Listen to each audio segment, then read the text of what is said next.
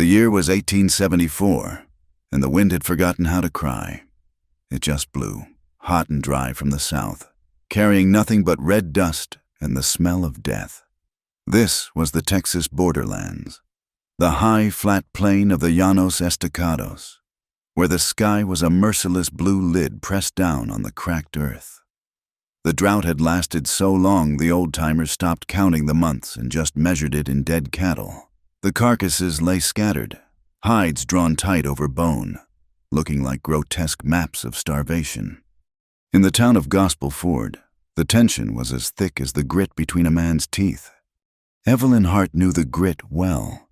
She felt it on her skin, in her hair, in her throat. At 25, she felt less like a woman and more like a fence post, weathered and driven into hard ground she longed to leave. She stood near the half-dry bed of what used to be Hart Spring, a rifle resting easy in the crook of her arm. She was a fair shot, good enough to keep coyotes off the few scrawny calves they had left. But she knew this gun could not solve the problems that weighed most heavily. Gospel Ford was a town suffocating on its own piety and desperation. It was a place of hard benches in a white church that preached mercy but practiced judgment.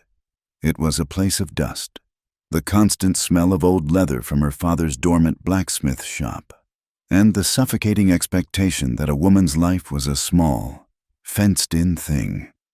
Evelyn dreamed of horizons that did not smell of scorching iron and hypocritical sermons. From a slit in the rocks 2 miles away, hidden on the rim of the high mesa, Nako-A watched the town. They called him Rowan, a name given by a white captive his people had traded for. At 22, he moved with the fluid grace of a shadow, his eyes holding the flat, patient shimmer of the land itself. He was a warrior of the people, the Numunu, what the whites called Comanche. His skill in horse and scouting was unmatched, but he carried a scar on his soul, carved deep by the memory of cavalry sabers and the sickness they brought to the winter camps. He saw the town of Gospel Ford not as a home, but as a sore on the land, one that grew more infected with every dry day. The infection had names. Marshal Abel Crow was one. He wore a star that glinted in the sun, but the metal was as cold and dull as his eyes. He was the law, but he served only one man. That man was Silas Beck, a cattle baron whose landholding spread like a grease stain, choking the small ranchers. Beck owned the bank, the general store, and, through Marshal Crow, he owned the law. His method was simple. He was diverting the deep source water, strangling the creeks and springs, one by one, until men like Evelyn's father had no choice but to sell their parched land for pennies on the dollar. The air in Gospel Ford was poisoned with rumors. Talk in the saloon was not just of the drought, but of production drops, of missing supplies, of small raids, and always, the whispers found the same target, the Comanche. It was easy to blame the shadows, the men who rode the plains and did not bow to the church steeple. No one mentioned that the raids were too clean, too convenient for Silas Beck. Evelyn's dad. He had been a blacksmith, a man of fire and iron, his arms thick as tree limbs. Now he was a husk, his breath a shallow rasp in the quiet house, his mind clouded by fever and regret. The forge outside was cold, the anvil silent. The weight of his care, and the ranch, fell on Evelyn's shoulders. She pushed a stray strand of sun-bleached hair from her face and walked back to the house. The wood of the porch sagged under her boots. Tucked into the doorframe was a folded piece of paper. It was not a friendly letter. It was from Beck's bank, a cold, typed notice of arrears. The mortgage, the looming shadow that haunted her sleep, had just stepped into the light. The letter gave them 30 days. 30 days until Beck could legally claim Hart Spring. She crumpled the paper in her fist, her knuckles white. She felt the smooth, worn grip of the hunting knife at her hip. It had been her mother's, a heavy, practical blade. Her mother had been a quiet woman who understood the land, a woman who had taught Evelyn how to track, how to shoot, and how to see the will beneath the surface of things. The knife was a piece of that will. A cold, sharp promise. Evelyn went inside to sit by her father's bed. He was asleep, or somewhere close to it. She laid a damp cloth on his forehead. The gesture automatic, practiced. Her life was a circle of these small, necessary duties. She felt the south wind rattle the window frame, a restless sound that echoed the pounding in her own chest.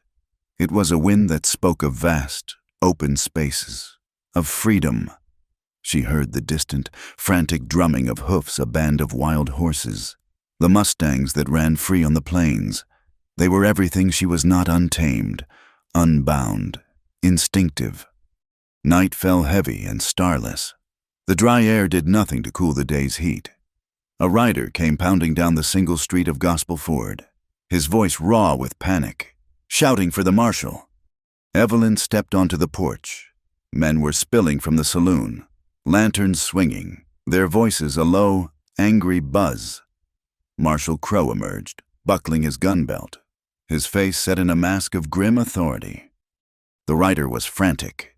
"It's the supply wagon. Marshal, the one from Fort Richards. It's gone. We found the wreck. Arrows. All of them dead." A cold spike of fear, sharp and immediate, pierced Evelyn's anger. But something else followed it. A cold, clear note of doubt. "Where?" Crow's voice cut through the murmur. "Out by the Dry Devil Trail. Tracks everywhere. Comanche tracks." Crow nodded slowly, his eyes sweeping the crowd. "It started then, just like I warned." Rowan, from his high perch, had watched the rider approach the town. He had seen the smoke earlier, from the wrong place, and had moved closer. He had scouted the wagon trail hours before sundown. He had seen the wreck. He had seen the bodies, already cooling. He had seen the arrows, fletched in a clumsy imitation of his people's work. And he had seen the tracks, the deep, clear prints of shod horses, settler horses, moving away from the scene, their trail deliberately obscured by a few ponies driven back and forth over the site. He watched the pinpricks of light in the town below, the angry, fearful swarm. He knew what this was. It was not war. It was murder, dressed up as an excuse for one. He watched the white steeple, a sharp thorn against the dark sky.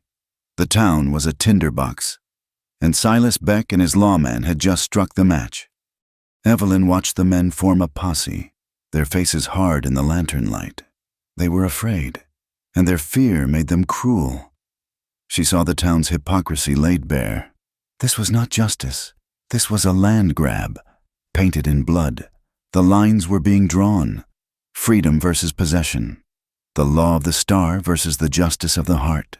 A woman's choice versus the hard, narrow path the town demanded she walk. She gripped the porch rail, the rough wood biting into her palms.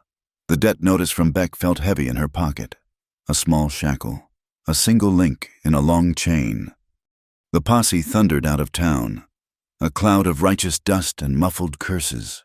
The south wind blew harder, carrying the noise away, leaving the night quiet again. But it was not entirely quiet. From the dark rim of the Dry Devil, where the land fell away into shadows, a sound drifted on the wind. It was faint, thin, and haunting. The sound of a flute. It was a melody that did not belong to the hymns of Gospel Ford. It was a call from the wild, empty spaces, a note of sorrow and resilience that seemed to speak directly to the restless, caged part of her soul. Evelyn Hart stood alone in the dark, listening to the impossible music, and for the first time, she felt the true, terrifying weight of the choices that were coming. The morning air was brittle, carrying the dust of the previous night's panic. Evelyn Hart checked the cinch on her saddle, then turned to the 2 draft horses hitched to the buckboard. The wagon bed was loaded with the last of their salt bricks. Heavy, gray blocks harvested from the dry alkali flats east of their land. Salt was one of the few things they had left to trade, and the last of the grain for their stock was gone.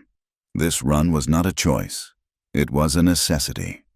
She left her father sleeping, his breathing shallow in the quiet house. The ride into Gospel Ford was tense. The street was quiet, But it was the quiet of a wire drawn too tight. Men who usually nodded now just stared, their eyes hard.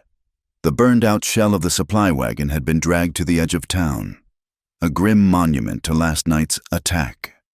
She pulled up to the feed store, but before she could even set the brake, 3 men stepped off the boardwalk, blocking her path.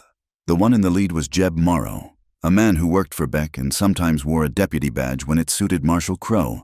Today, he wore the badge.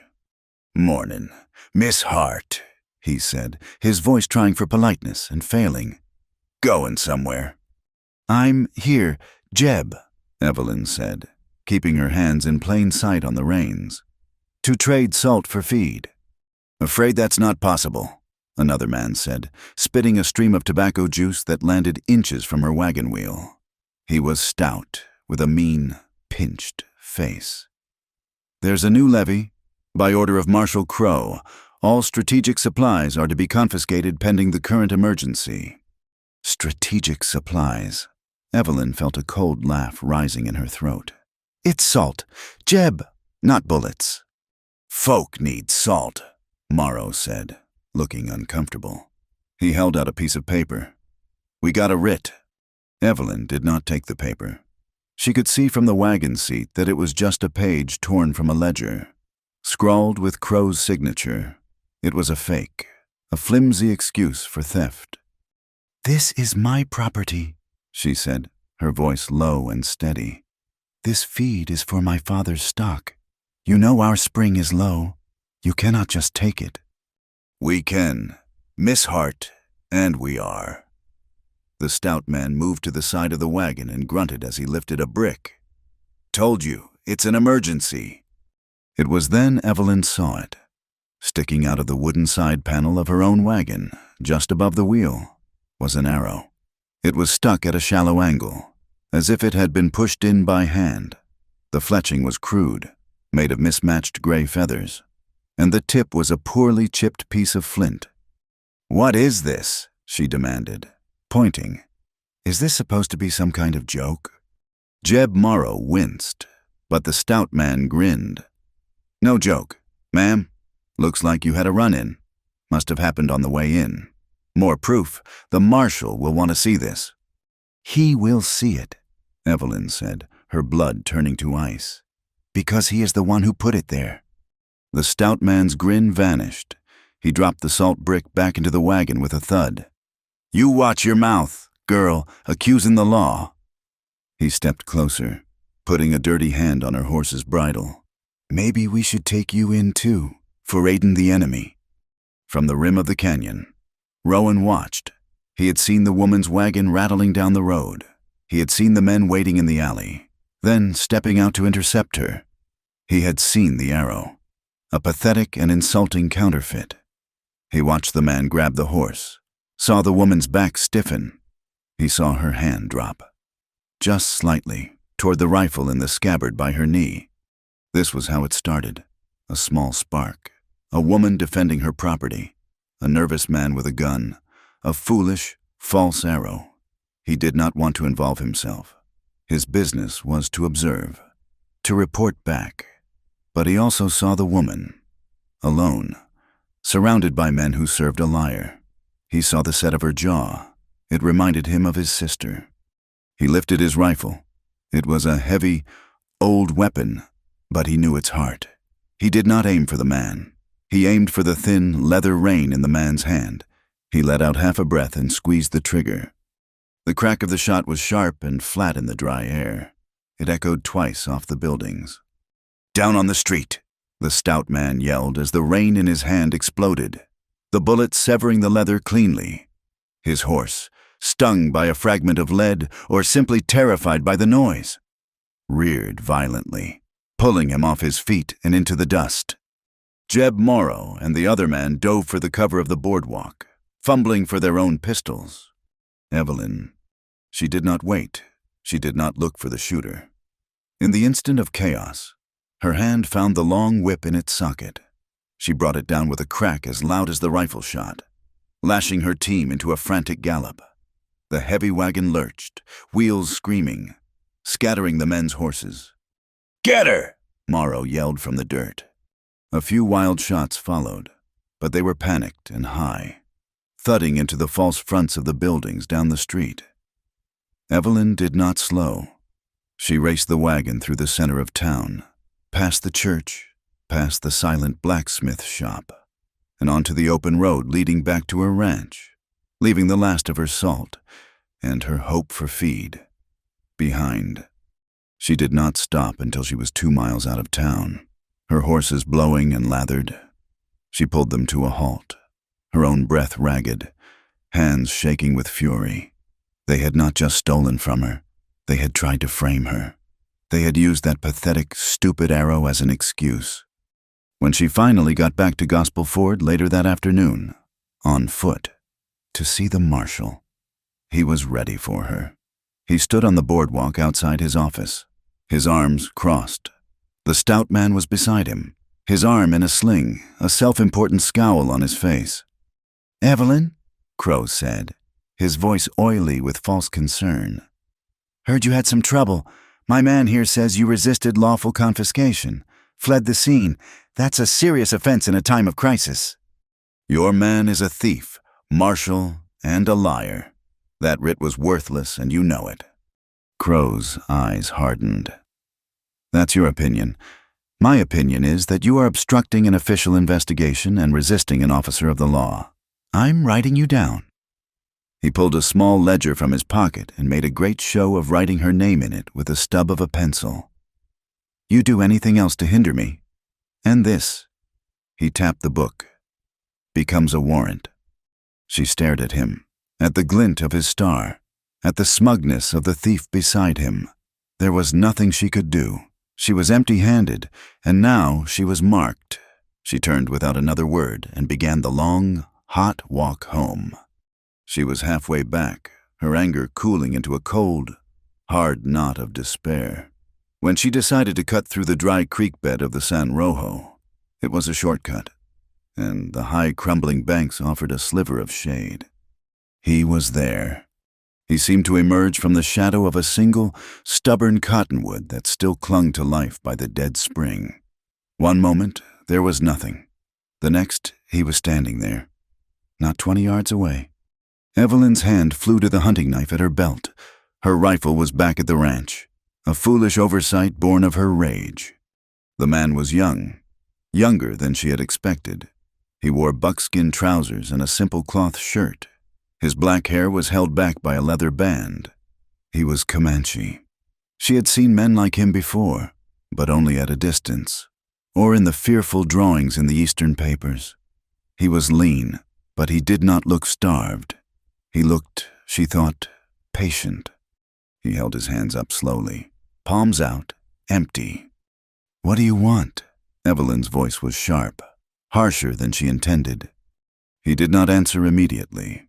He studied her, his dark eyes moving from her face to the knife in her hand, and back to her eyes. His gaze was not insulting or threatening. It was appraising, as if he were reading the landscape. "You ride hard," he said. His voice was quiet, his English accented but clear. They did not get what they wanted. "They got my salt," she snapped. "Who are you?" "The men on the road," he continued, ignoring her question. "They wear the star. But they are not law. They are just dogs for the man who owns the town." "You shot at them." It was a statement, not a question. "I shot a piece of leather," he corrected her gently. "A horse is a fine animal. It should not be held by a thief." She stood rigid, her suspicion warring with a strange, unwilling spark of gratitude. He had saved her, but he was also the enemy. The town said so. The church said so. "Why?" she asked. "Why help me?" "They build a fire," he said, his gaze drifting past her, toward the town she could no longer see. "They use my people's name as the wood. The arrow in your wagon. It was a lie." "I know." His eyes snapped back to hers, sharp and surprised. He had not expected that. "A child could see it was fake," she said. "The fletching was sloppy. The tip was wrong." A flicker of something respect, perhaps passed over his face. "You see, others do not, or they choose not to." He took a single step closer, and she tensed. He stopped. "A war is coming. Ranch woman, but the men you fight are not the ones you think. The man who builds the fire wants your land. He wants your water. He will use my face to scare you into giving it to him." He was saying everything she already knew, everything she felt in her bones, but hearing it from him, from a man who was supposed to be a savage, a ghost from the plains, it felt different. It felt real. He reached into a small pouch at his belt and pulled something out. It was a small, delicate thing, a string of sinew tied with two small, sharp feathers. One was from a hawk, the other from a bluebird. "This is a sign," he said. "From the people. The wind sees all. The south wind told me you were in trouble. Now, I tell you." He held it out. She did not move. "Take it," he said. "It is a sign of peace, not war." Slowly, her hand left the hilt of her knife. She stepped forward and took the small charm from him. It was lighter than air, the feathers soft against her palm. "Who are you?" she asked again, her voice softer this time. "I am Nakoe," he said. "My friends call me Rowan." Before she could say another word, he turned. He did not run. He simply walked, and the shadows of the arroyo seemed to welcome him, swallowing him up until he was gone. Evelyn stood alone in the dry creek bed, the small charm clutched in her hand, a sign of peace. She looked at it, this impossible, fragile thing. Then, her heart pounding, she shoved it deep into the pocket of her trousers, a secret hidden from the sun. When she reached the ranch, the dread returned. The first thing she saw was the water level at Heart Spring. It was lower. She could see the dark, wet line of the rocks, a full 6 inches higher than it had been that morning. Beck's men were not just waiting for the drought, they were helping it, as if summoned by the thought.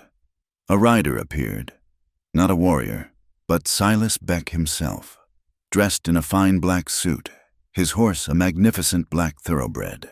He reined in, all smiles and false sympathy. "Miss Hart, a terrible day," he said, tipping his hat. "I heard about your trouble in town, and this drought, it is a trial for all of us. What do you want, Mr. Beck?" His smile did not falter. "I am a businessman, Evelyn, but I am also a neighbor. Your father is not well. You are alone here. This land." He waved a gloved hand. "It is becoming a burden, and with the native situation, it is dangerous." He leaned forward, his voice dropping to a confidential murmur. "I am prepared to take this burden from you. I will offer you 10 cents on the dollar for the deed. Cash, today. Enough for you and your father to get a fresh start, somewhere civilized. 10 cents on the dollar, for the land her mother had loved, for the spring her father had built his life around. It was not an offer. It was an insult. "Get off my land, Mr. Beck," she said, her voice shaking with a cold, quiet rage. Beck sighed, as if disappointed in a slow child. "A pity. The offer stands, for now, but with your father's health and your difficulties. With the marshal, I do not expect it will stand for long." He tipped his hat again and turned his horse, riding away with the unhurried confidence of a man who believed he had already won. Evelyn watched him go, the dust of his fine horse mingling with the red dust of her dying land. She felt the charm in her pocket, a small, feathered contradiction. And then, from the town, the sound began, the sharp, frantic ringing of the church bell. It was not the call to prayer. It was the summons, the bell for fire, for raids, for emergencies. It was the call for a town meeting. Evelyn looked from the shrinking pool of Heart Spring to the town, the urgent, metallic clang pulling all the threads of the day into one tight, suffocating knot. They were building their fire, and they were about to name her as the kindling. The bell of the Gospel Ford Church did not sound like a call to God. It was a hammer striking an anvil, a frantic, angry clang that shattered the hot evening air. Evelyn walked toward it, every peal a blow against her own ribs. The small, white building was blazing with light. Every lamp and lantern in town pressed into service. It glowed like a furnace, and the heat rolling out of the open doors smelled of lamp oil, unwashed wool, and fear. She slipped in at the back, standing against the wall. The pews were overflowing. Men she had known her whole life. Ranchers and merchants, their faces grim, their wives beside them.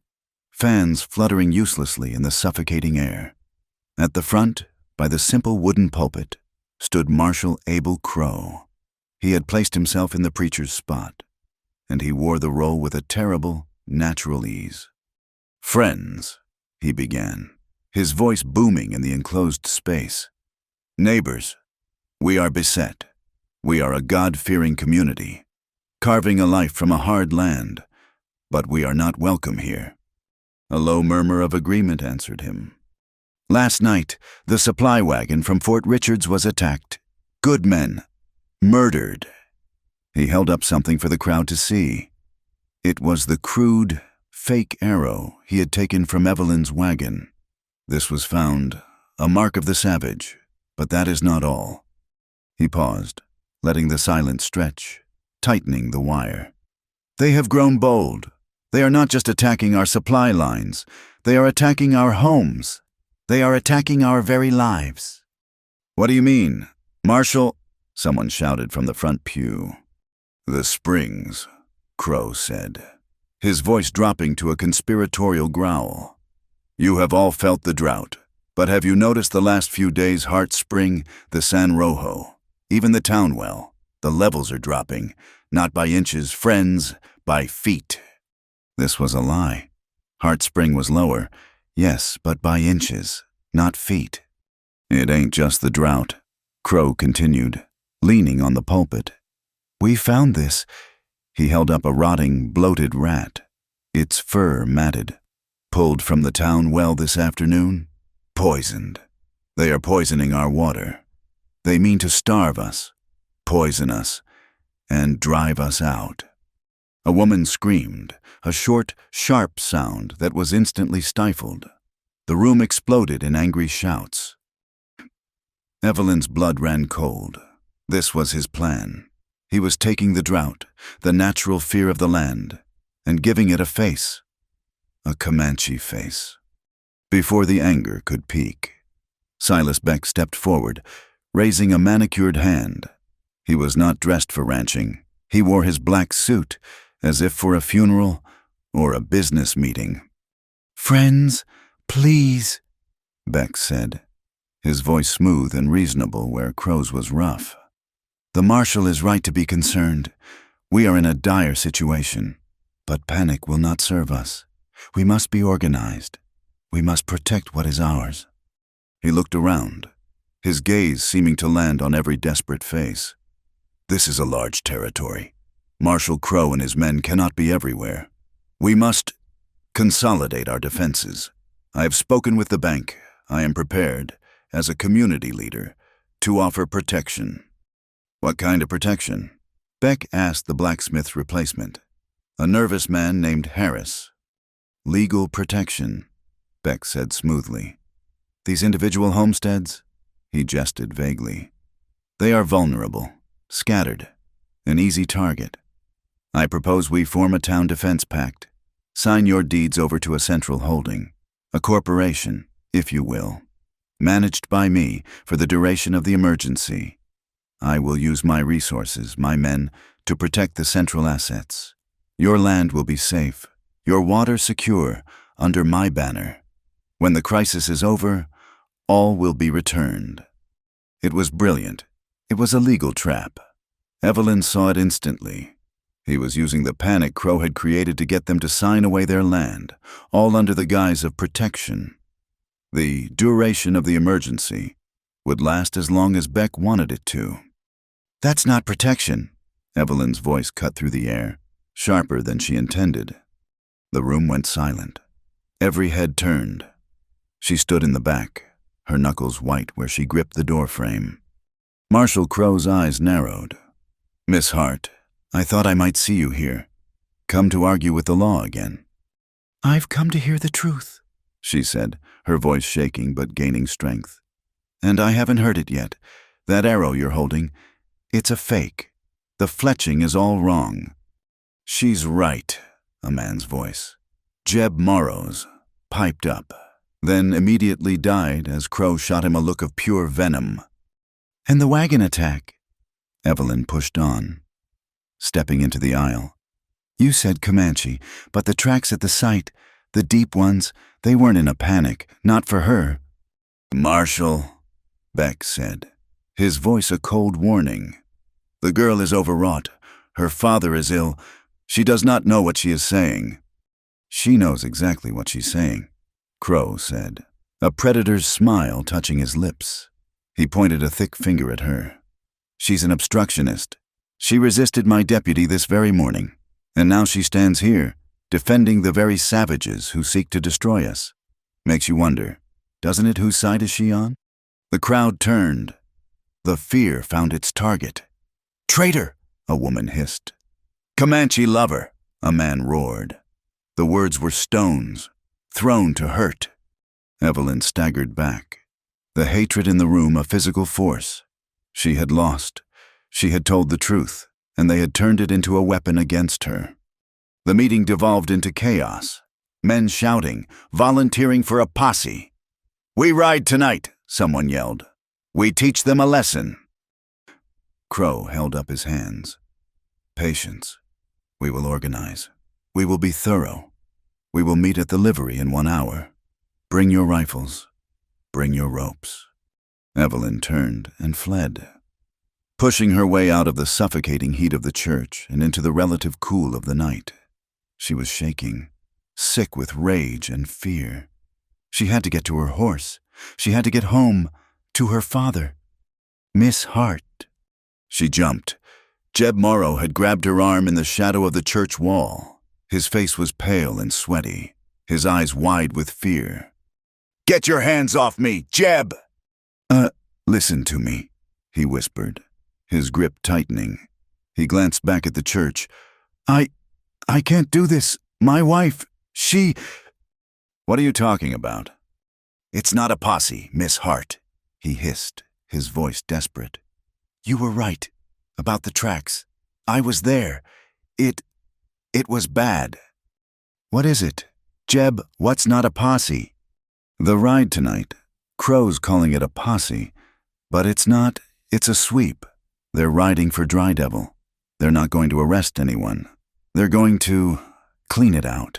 Women, children, everyone. They're calling it a sweep." The word hung in the air, ugly and final. A massacre. "Oh, God," Evelyn breathed. "I got a family," Jeb said, letting go of her arm, his hands shaking. "I can't be a part of it, but I can't stop it. You just stay home. Miss Hart, you lock your door. Don't go near this." He turned and melted back into the shadows, a man drowning in his own cowardice. Evelyn stood frozen, her mind racing. A sweep. They were going to murder them all. Based on a lie? Rowan, the man in the creek bed. He had warned her, and now... She broke into a run, not for her house, for her horse, tied to the rail outside the feed store. She had to warn him. She had to cross that line. She was fumbling with the reins, her fingers clumsy, when a shadow detached itself from the opposite boardwalk. "Evelyn, such haste, in the dark. It is unseemly." She froze. She knew that voice. It was smooth, cold, and coated in piety. Deacon Hale. He was a tall, thin man, dressed in dark, severe clothes. His face was pale, his eyes a watery blue. He was the man her father, in his weaker, sicker days, had decided would be a good match for her. A stable, religious man. Evelyn knew him for what he was, a creature of judgment and control, a man who saw her not as a woman, but as a property to be managed. "Deacon," she said, her voice tight, "this is not the time." "It is precisely the time. he said, stepping into the street. The moonlight caught his face, making it look like a porcelain mask. A town meeting, such anger, such fear, and you, in the middle of it. As always, a woman's voice should be gentle, Evelyn, a comfort, not a firebrand.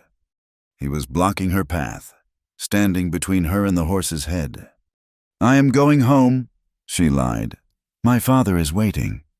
"I will escort you," he said. It was not an offer. He reached to take her arm. It is not safe for a woman to be alone, especially a woman who is promised. "I am not promised," she said, yanking her arm back. "Your father and I have an understanding," he said, his voice hardening. The mask was slipping. "He has given his blessing. In his right mind, he sees that you need a firm hand, a guide." "A jailer," she said, her voice dropping. "You are wild. Evelyn, you are unruly, like this land. You need to be tamed, brought under the order of God and a husband, now. You will come with me." He lunged for her arm again, his fingers like claws. That was it. The church, the lies, Beck's greed, Crow's brutality. And now this man, with his cold, possessive hands, his suffocating guidance. It all came together, a single, unbearable weight. "No," she said. Her voice was not loud, but it was as clear and sharp as her mother's knife. "What did you say?" he hissed. Several men, on their way to the livery, had stopped to watch. This was becoming a spectacle. Evelyn lifted her chin. She did not look at the men. She looked straight into Deacon Hale's shocked, pale eyes. I said, "No, there is no understanding. There is no promise. I will not be your wife. Deacon, not today. Not ever. I will not be owned." A collective gasp went up from the men on the boardwalk. This was more than a refusal. This was a public shaming. A woman did not refuse a man like Deacon Hale. Not in the street. Not like this. Deacon Hale's face went from pale to a mottled, furious red. You harlot! You will regret this. You will be on your knees, begging." But Evelyn did not wait for the rest of his curse. She shoved him, hard, in his narrow chest. He stumbled back, more in shock than from the force, tripping over his own feet and landing in the thick dust of the street. She was on her horse in a second. She did not look back at his sputtering, enraged face. She did not look at the stunned onlookers. She dug her heels into her horse's flanks and galloped out of Gospel Ford, leaving the lights, the lies, and the suffocating order of the town behind, riding hard for the darkness of the Dry Devil. The ride was a blur of shadows and rattling stones. She pushed her mare, guiding her by instinct, her mind ablaze. She was an outcast. She had defied the law, the money, and the church, all in one night. There was no going back. She reached the rim of the canyon, the place where she had heard the flute. The land was a vast, black pit below her. The posse was out there. Crow's men, they were riding. "Rowan," she called, her voice small in the immense dark. "Nako-e." Silence. Only the south wind, whispering through the dry grass. Her heart hammered. What if he was not here? What if she was too late? She put her fingers to her lips and whistled, a desperate, clumsy attempt at the melody she had heard. The silence stretched, and then, from the rocks directly below her, a single, pure note answered. The flute. A moment later, he was there, climbing the rock face as easily as a man walking upstairs. He stood before her, a silhouette against the stars. "You are far from your home, ranch woman," he said, his voice flat, unreadable. "They are coming," she said, the words tumbling out, breathless. "A sweep, not a posse. Crow's men. They are riding to kill everyone. They are on their way now." He studied her. His face was in shadow, but she could feel the weight of his gaze. He was looking for the lie. "Why do you tell me this?" he asked. "Because it is a lie," she said, the same words she had used in the church. But here, they felt different. Here, they felt like the truth. The wagon attack, the poisoned water, it is all a lie. To steal your land and mine. He held her gaze for a long, silent moment. Then he nodded, a sharp, decisive motion. 24 hours, he said, his voice cutting the dark. From this moment, we have a truce. You and I. Tell me what you know. Tell me what you saw. Crow's posse is riding, she said, looking back over the dark plain.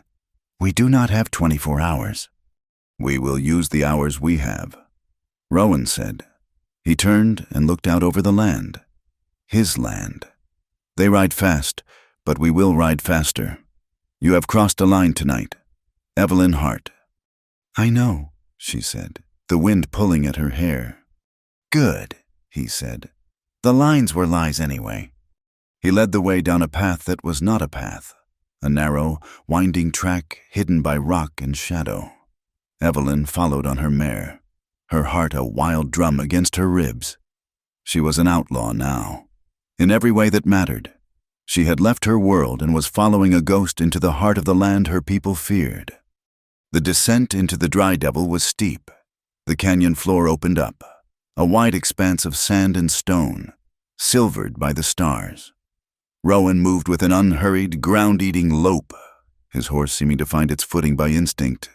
After nearly an hour, he held up a hand.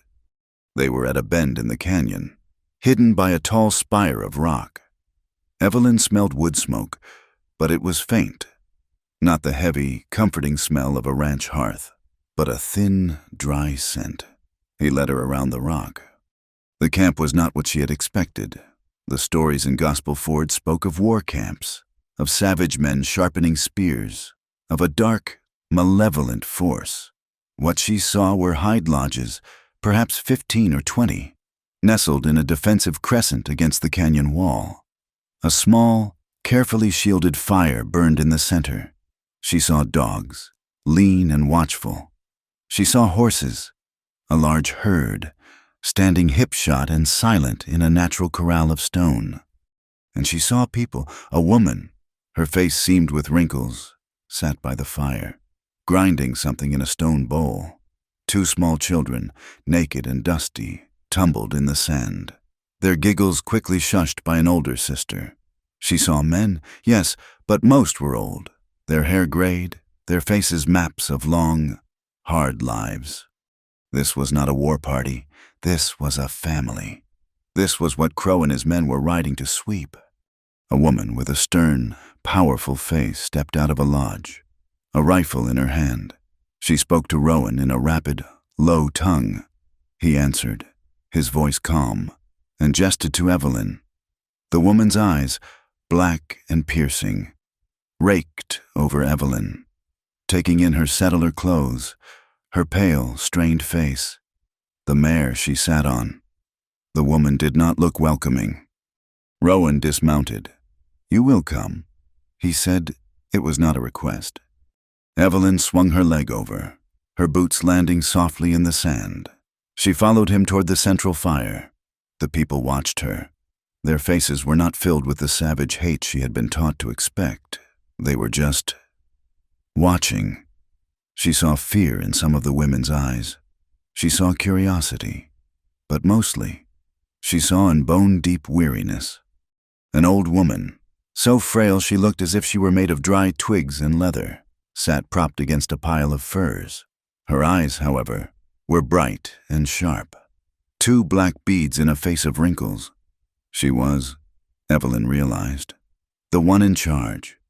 Rowan knelt before her and spoke, his voice soft. He spoke for a long time. The old woman listened, her gaze never leaving his face. When he finished, he gestured again to Evelyn. The old woman looked at Evelyn. She did not speak.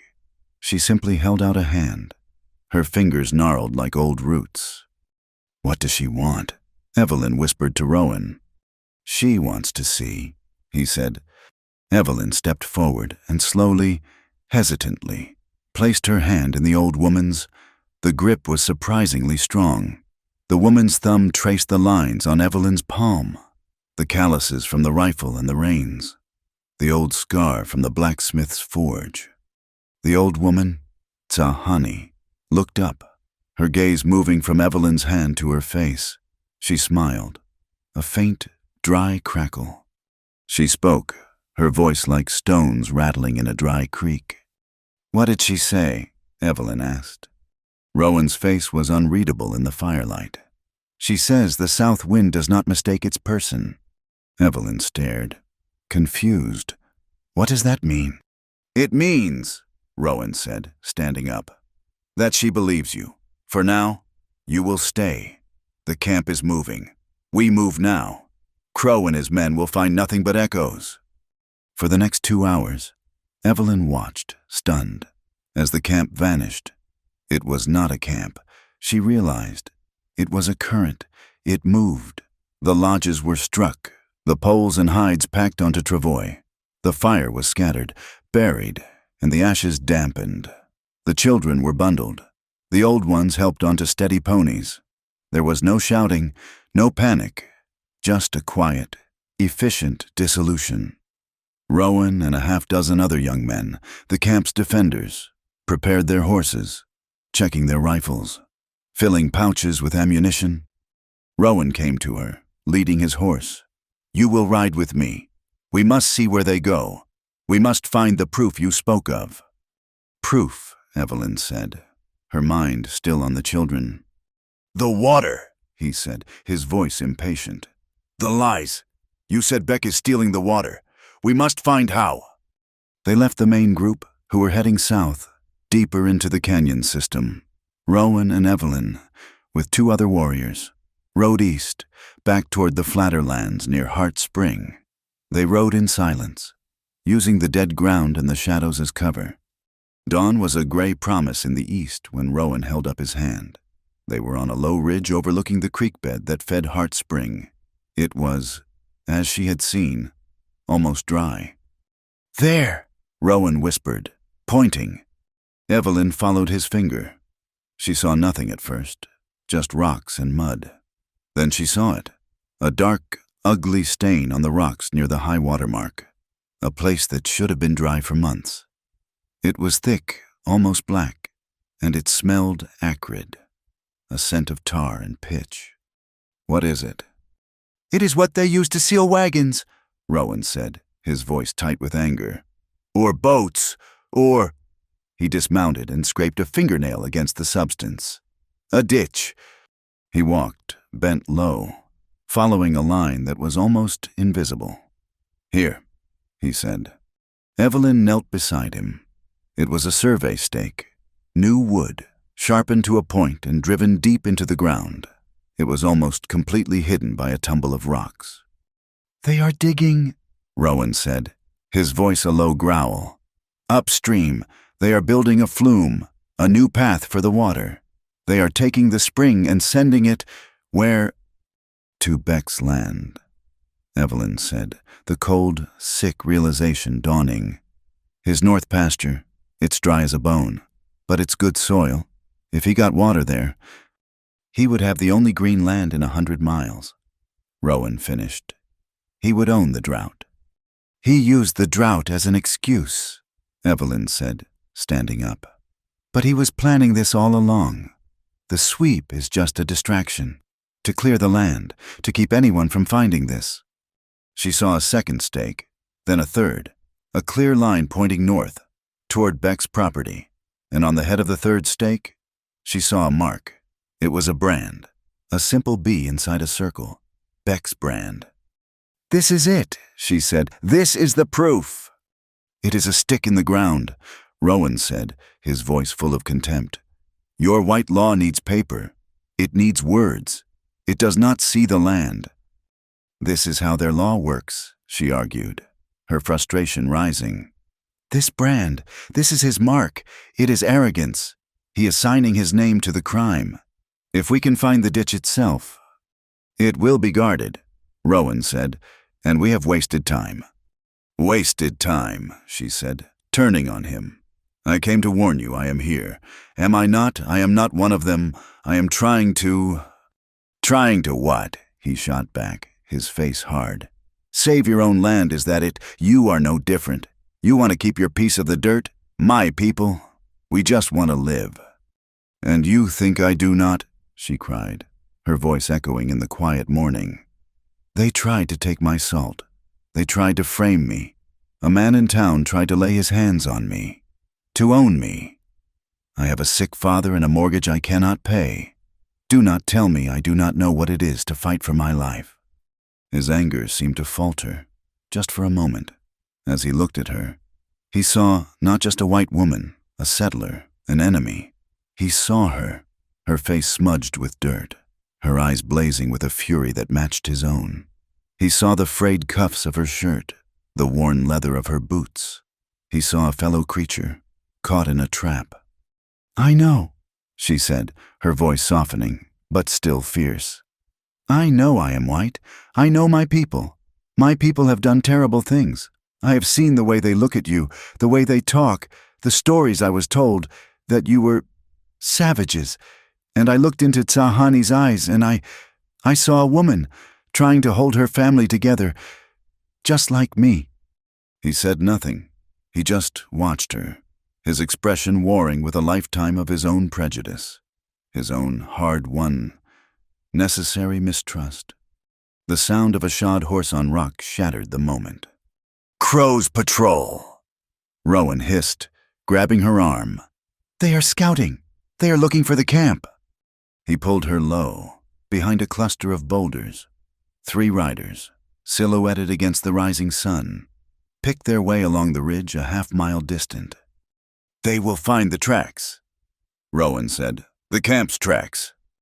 They are not looking for the camp, Evelyn said, her mind racing. Not yet. They are looking for me. They know I rode this way. As if to prove her point, one of the riders pointed, not south toward the canyon, but north, toward the very ridge where they were hiding. Ride, Rowan said, shoving her toward her mare. We cannot fight them. We must run. The next hour was a blur of terror and wind.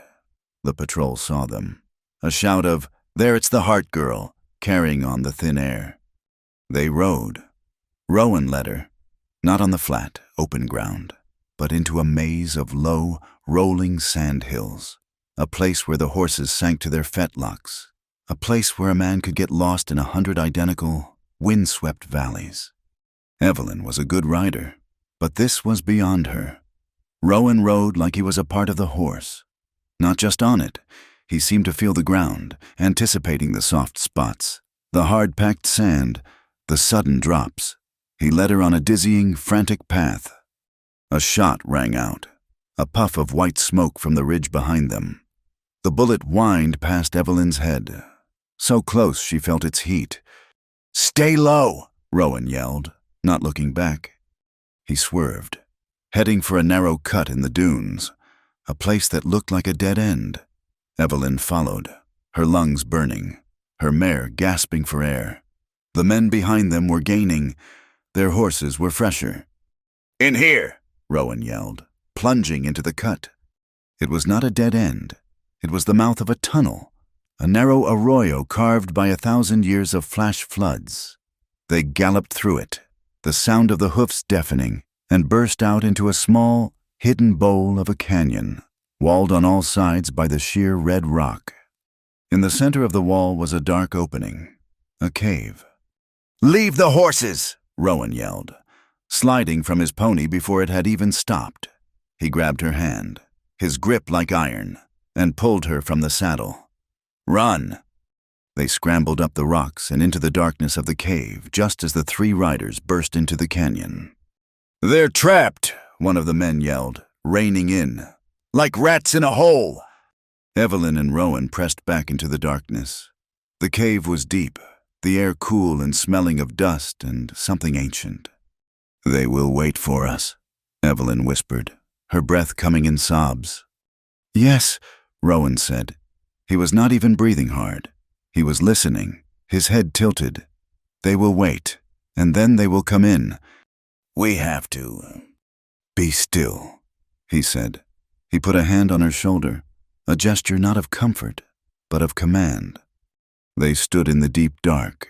They could hear the men outside, dismounting, arguing about who would go in first.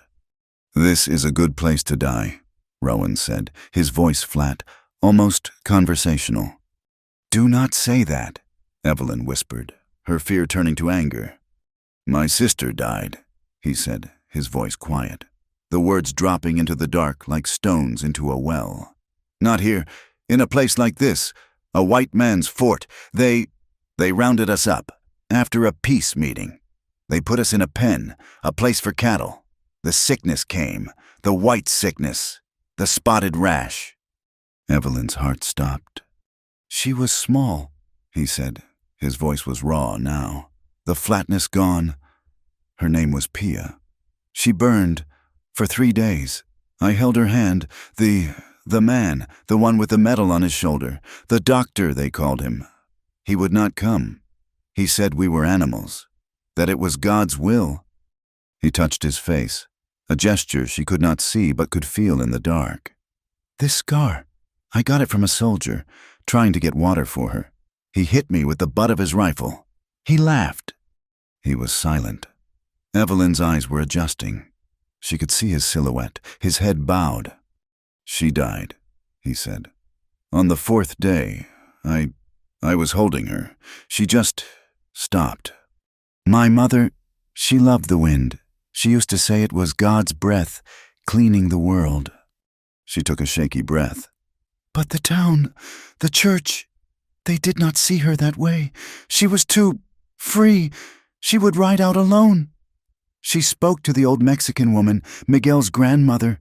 She used herbs. The congregation, Deacon Hale's father, they said she was a witch, that she was unnatural. Evelyn's hand went to the knife at her belt. They shunned her. They whispered. When she got sick, the same, a fever, from a rusty nail. They said it was a judgment. No one would come, not even the doctor. He was afraid of the preacher. She died, and my father, he just broke. He locked himself in his forge, and he never really came out. They stood in the shared silence of their separate, terrible losses. 2 people from 2 worlds who had both watched someone they loved be consumed, not by sickness, but by hate, by the judgment of men who believed they were a law unto themselves. We have to get out of here, Evelyn said, her voice hard. The sorrow was gone, replaced by a cold, sharp resolve. We cannot, Rowan said. They are 3, we are 2. They have a fire? She said, peering around the edge of the cave mouth. The men had started a small fire, confident, waiting for them to surrender. They are passing a bottle. They are stupid, Rowan said. They are arrogant, Evelyn corrected. Just like Beck, that's his weakness, and it's theirs.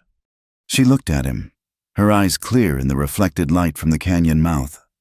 We have to show them the proof, not just the stakes. We have to find that ditch. We have to show everyone what Beck is doing. We have to use their own law against them. He looked at her, and for the first time, he truly saw her. Not as a white woman, not as a rancher. He saw the will, the same will his grandmother Sahani had seen. How? He asked. We wait for dark, she said, and then we give them a surprise. He looked at her, then back at the men by the fire. A slow, hard smile touched his lips. It was a frightening, beautiful thing. He reached into the pouch at his belt, the one she had seen him use before. He pulled out the small, feathered charm, the one he had given her. I lost it, she whispered, ashamed. In the street. You did not lose it, he said. I found it, where you dropped it, by your horse. He had followed her. He had been watching. He took a strand of her hair, which had come loose from its bun, a long, dusty, sun-bleached braid. His fingers were rough, but his touch was surprisingly gentle. He said nothing. He simply tied the small, feathered charm into her hair, the hawk and bluebird feathers resting against her cheek. It was not a kiss. It was not a promise. It was an anchor. It was a bond, tied in the darkness, a shared covenant of loss and a desperate, rising hope. "When the dark comes," he said, his voice low, "you will do exactly as I say." The night gave them their escape, the patrol at the mouth of the cave, warmed by whiskey and their own arrogance, grew loud, their voices echoing in the small canyon. Their fire was a beacon of their carelessness.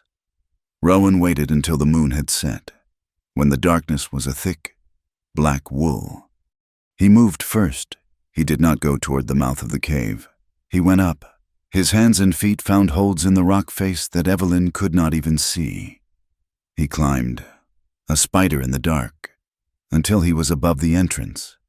He signaled, a low, soft bird call. Evelyn followed, her heart pounding so hard she was certain the men below would hear it. She trusted her hands, her feet, the cold stone. She was a ranch girl. She knew rock, but this was different. This was climbing for her life. The feathered charm he had tied in her hair brushing her cheek. A strange, light reassurance. He was at the top, on the canyon rim. He pulled her over the last ledge. They lay flat, gasping, the wind cold on their sweaty skin. Below, the men were singing a tuneless, drunken song. "The horses," she whispered. "No," he said. He slid his knife from its sheath. "We do not run. We make them run." They moved with agonizing slowness, looping wide around the camp, staying on the rock. They came up behind the place where the men had tethered their mounts. Rowan's knife flashed once, twice, 3 times, severing the reins. The 4th horse, he slapped hard on the rump. It was chaos. The horse, panicked, lunged forward, pulling the others.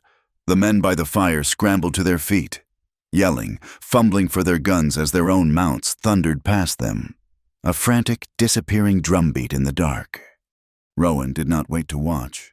He grabbed Evelyn's hand. "Now we go. They are afoot. We are not." Their own horses were where they had left them, hidden, patient.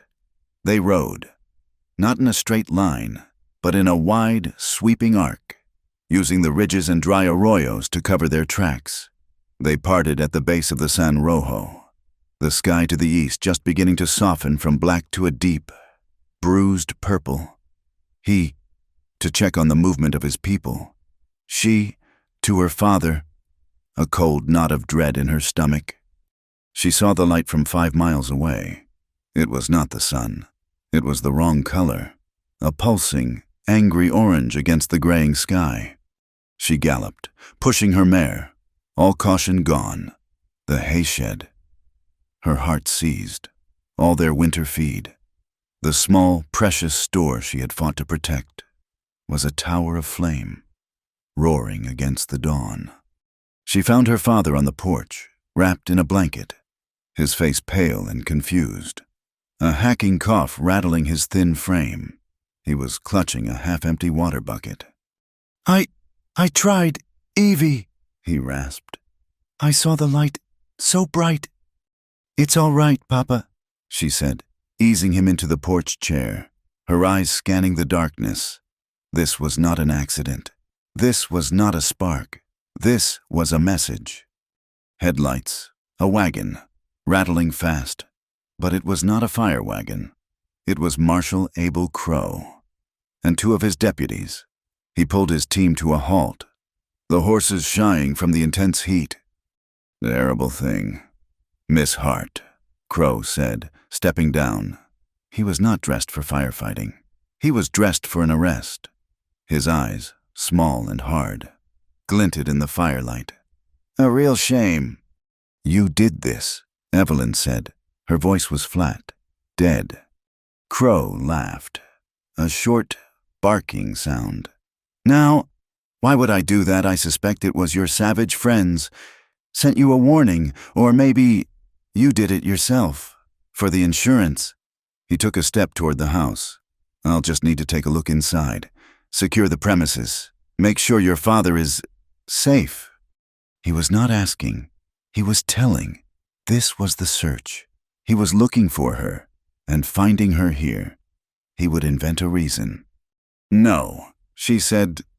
That's not a choice you have, girl, he said, his hand on the butt of his pistol. He shoved past her, toward the door. Evelyn stepped back, but not in retreat. She moved into the doorway, her hand finding the cold, heavy steel of her mother's Colt Navy, left on the hall table. She did not raise it. She just held it, the long, silvered barrel pointing at the floor, but her thumb was on the hammer. You will not, she said, her voice quiet, but it cut through the roar of the fire. You will not enter this house. You will not lay a hand on my father. You will get back in your wagon, Marshal, and you will leave my land. He stopped. He looked at the pistol. He looked at her. He saw the fire reflected in her eyes, a matching, cold flame. He saw a woman with nothing left to burn, which meant she had nothing left to lose. He knew, with a sudden, chilling certainty, that she would pull the trigger. He smiled, a slow, greasy uncurling of his lips. Feisty, just like your mother. She thought she was too good for this town, to look where it got her. He backed away slowly, his hands up in mock surrender. But this is not over, not by a long shot. You're marked, girl, you, and this whole broken-down piece of dirt. He climbed back into his wagon and, with a curse and a lash of his whip, thundered away, leaving her alone with the dying fire and her shaking father. She got her father back to bed, his breathing ragged, the smoke in the air aggravating his lungs. She sat, her head in her hands, the heavy pistol in her lap, when a shadow moved by the woodshed. He is gone. She spun, the pistol coming up. No, Miss Evelyn. Miguel, their old ranch hand, stepped into the faint light, his hands up, his eyes wide with fear. He had left their employ a month prior, when the money ran out. Miguel, she breathed, lowering the gun. You scared me to death. I saw the fire, he said, his old face creased with worry. He had been living in a small shack by the lower creek. I saw the marshal. This is a bad thing. He came closer, pulling something from inside his shirt. It was a rolled, oil-stained piece of canvas. Your father, before he got sick, he was a smart man, a careful man. He drew this. He handed it to her. She unrolled it by the light of the dying flames. It was a map, drawn with a blacksmith's precision. In surveying ink, it showed the entire valley, Heart Spring, the creek beds, the property lines, and in the corner, a detailed diagram, a plan for a water ditch, running from the upper aquifer, signed by Silas Beck, dated 5 years prior. Stamped across it, in bold red ink, were 2 words, rejected, State Land Office. He tried to do it legal, Miguel whispered. 5 years ago, the state told him no. Said the water was for all, not for one. Your father. He was the one who rode to Fort Richards to argue against it.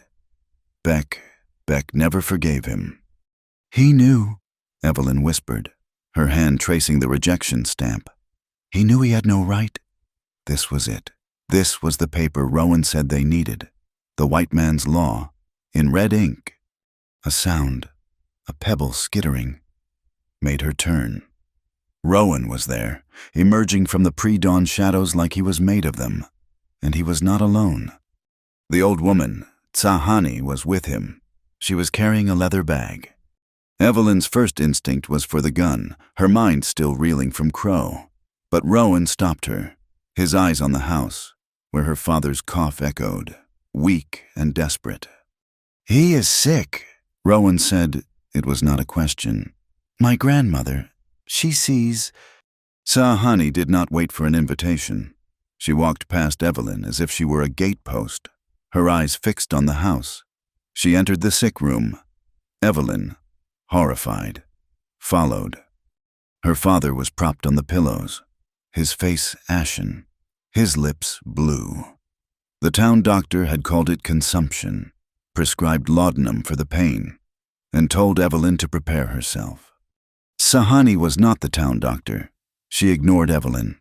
She put her dry, leathery hand on the old blacksmith's chest. Listening, she opened his mouth, sniffed his breath, and looked at his eyes.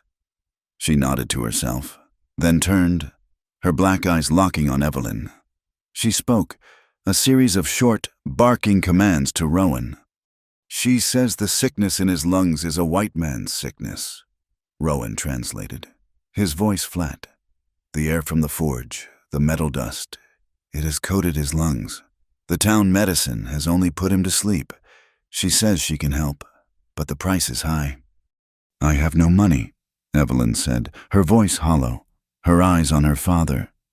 "We do not want your paper," Rowan said, his contempt for the word sharp.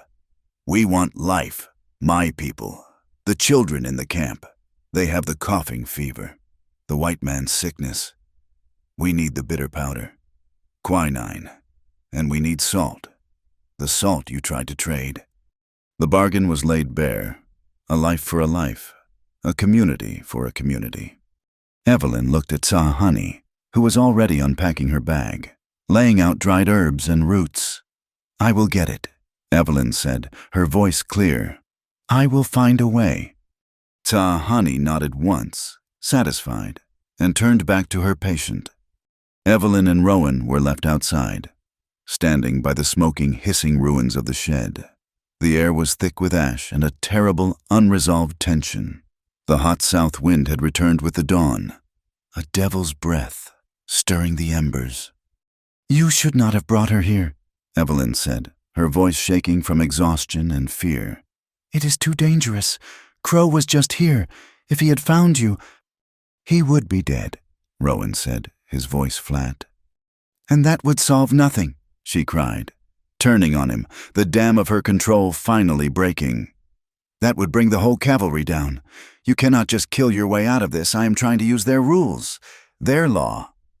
"Your law," he scoffed, his own anger rising.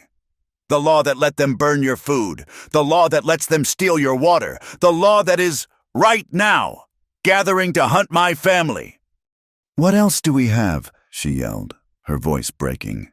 She was so tired, so very tired. She stepped closer, close enough to see the deep, weary lines around his eyes. I am walking a wire. I am lying to my town. I am hiding your grandmother. I am terrified of what they will do, of what he will do." He saw the bright, clean tracks of her tears on her smoke-stained face. His anger seemed to miss fire, to fade, replaced by a different kind of heat, something sharp and aching. "Do not be afraid," he said, his voice low, almost a whisper. "It is easy for you to say," she whispered back. "You were born to this fight. I was born to pews and ledgers."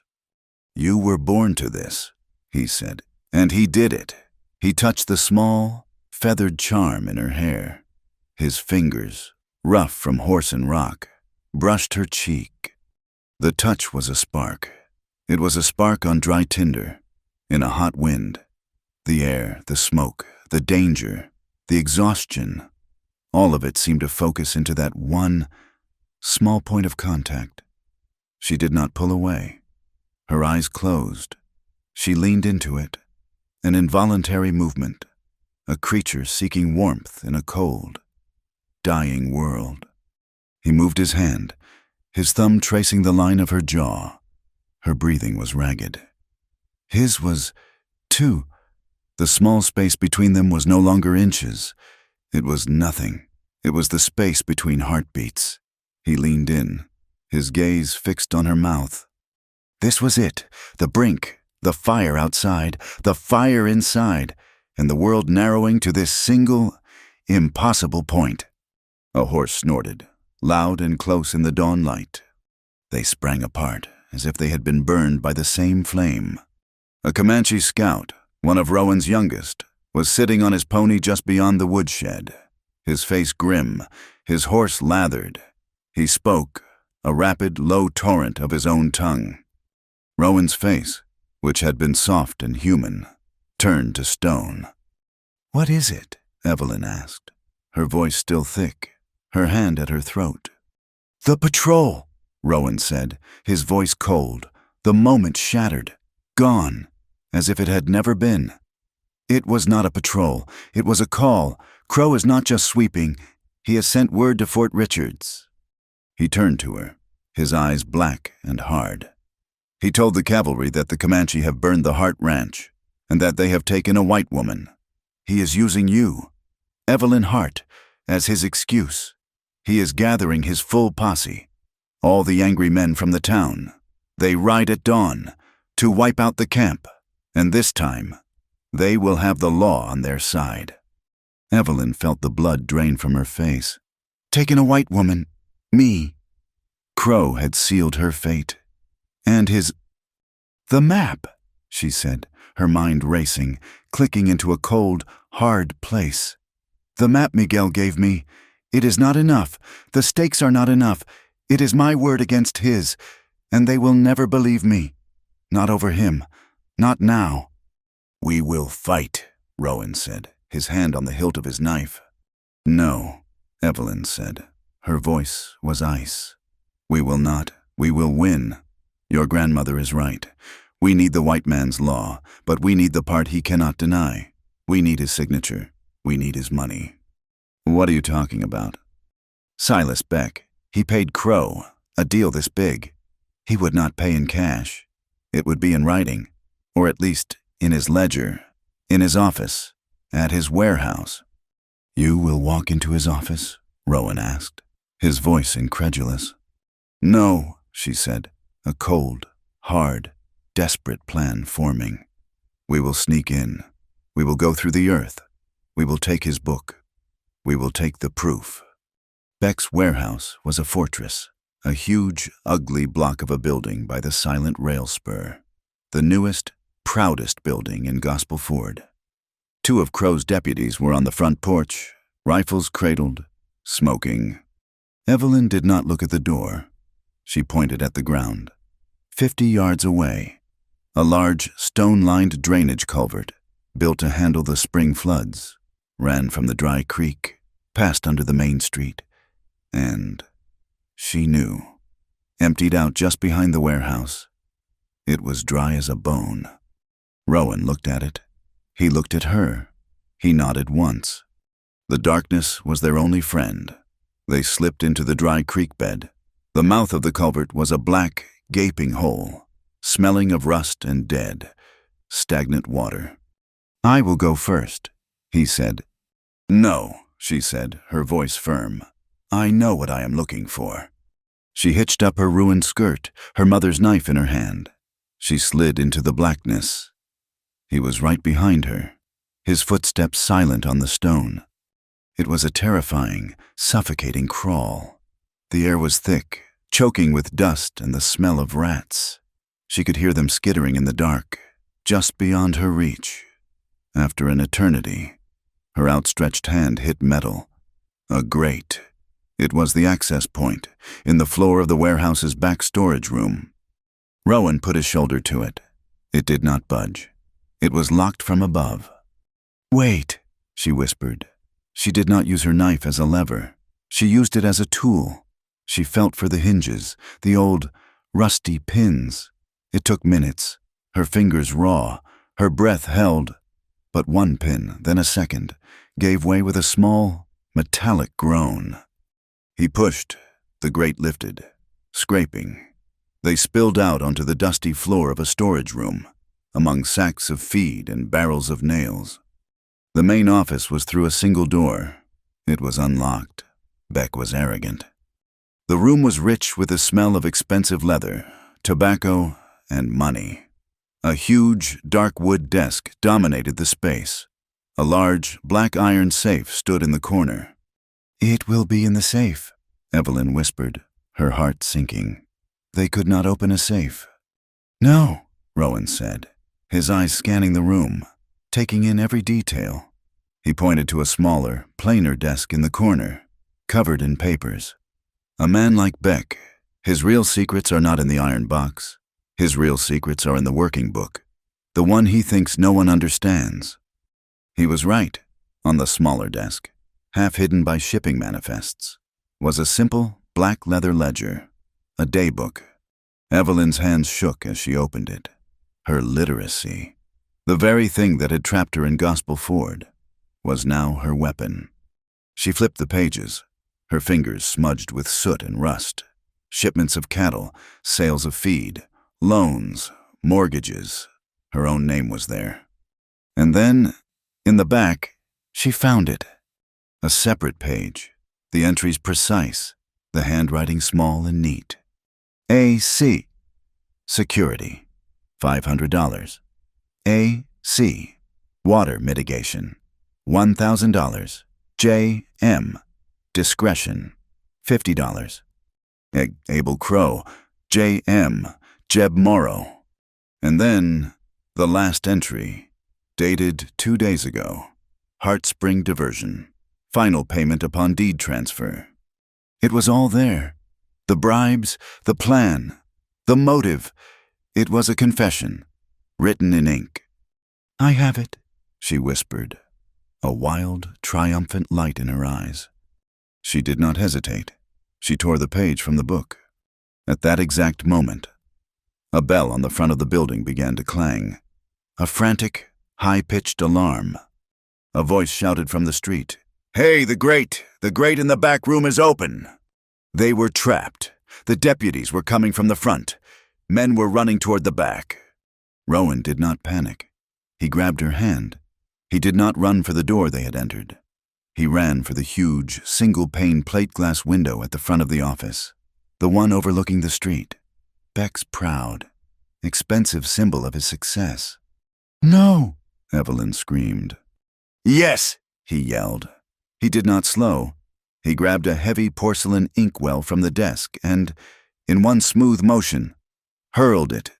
The glass exploded outwards in a shower of black ink and shattered crystal. He shoved her through the opening, not even waiting for her to jump. She tumbled, hitting the splintered boardwalk. The precious paper clutched in her hand. He was right behind her, landing like a cat. "This way!" he roared, pulling her to her feet. They did not run down the street.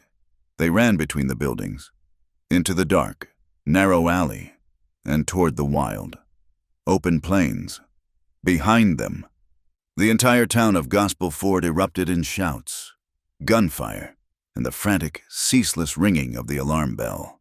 They were running for their lives, for all their lives, into the dark, on a trail only the wild horses knew. The wild, horseless trail was a desperate race against the coming dawn. Behind them, the town of Gospel Ford was a hornet's nest kicked over. The alarm bell a frantic, tinny sound that the wind carried for miles. They ran, lungs burning, through the rocks and scrub, pushing for the cover of the deeper plains where their horses were hidden. They found the animals, and for a moment they leaned against the warm, trembling flanks, gasping for air. The single tattered page from Beck's ledger was shoved deep in Evelyn's pocket, a piece of paper that weighed more than gold. "The camp is scattered," Rowan said, his voice hard, swinging into his saddle. "They will be moving south to the high canyons, but Sahani and Miguel, they will be at the old camp, waiting for word." "What about Crow?" Evelyn mounted her own mare, her hands raw from the glass and the rock. "He'll have the cavalry. He'll have the whole town. He will come to the old camp first," Rowan said, his face a mask in the darkness. "He thinks we are still there. He will be loud. He wants his war." He looked at her, his gaze sharp. "Sahani must ride for Fort Richards. She must get that paper to the federal judge. Not the fort commander, the judge. He is a man of paper. He will understand this." I should be the one to go," she said, her mind reeling. "No," he said, his voice final. "They are looking for you. You are the captured white woman.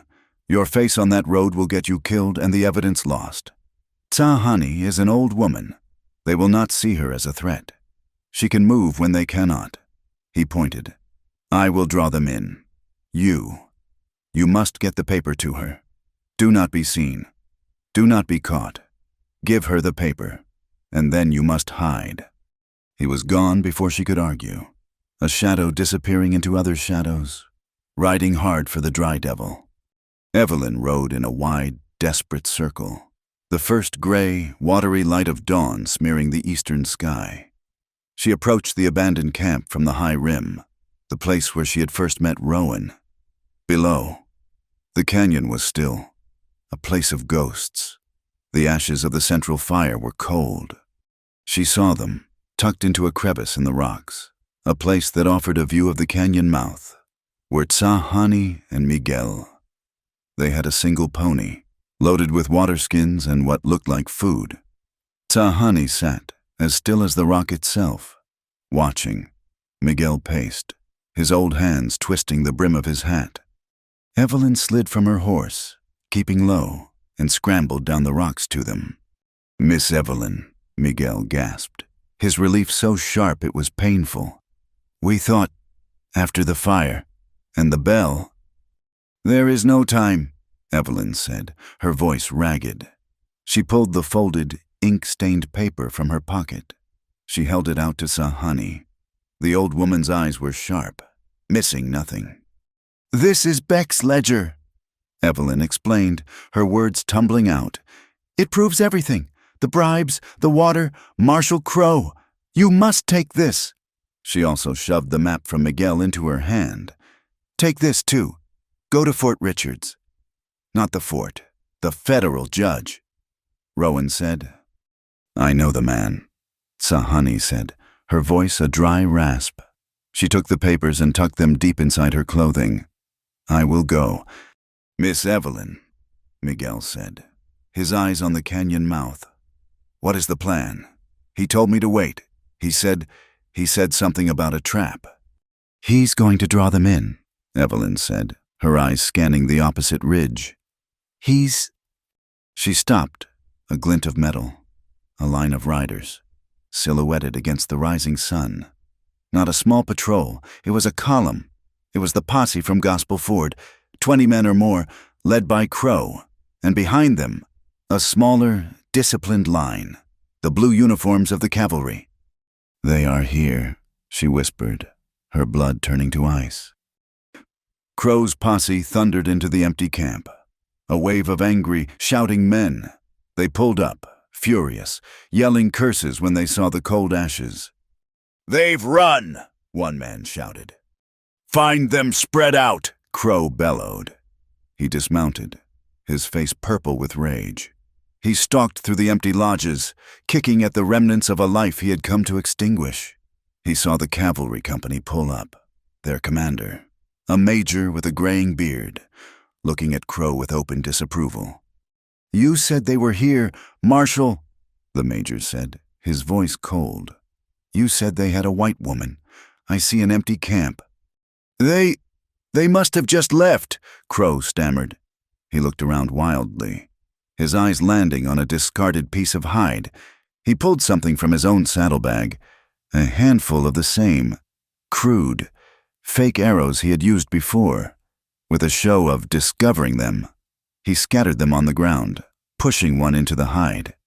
"See," he yelled.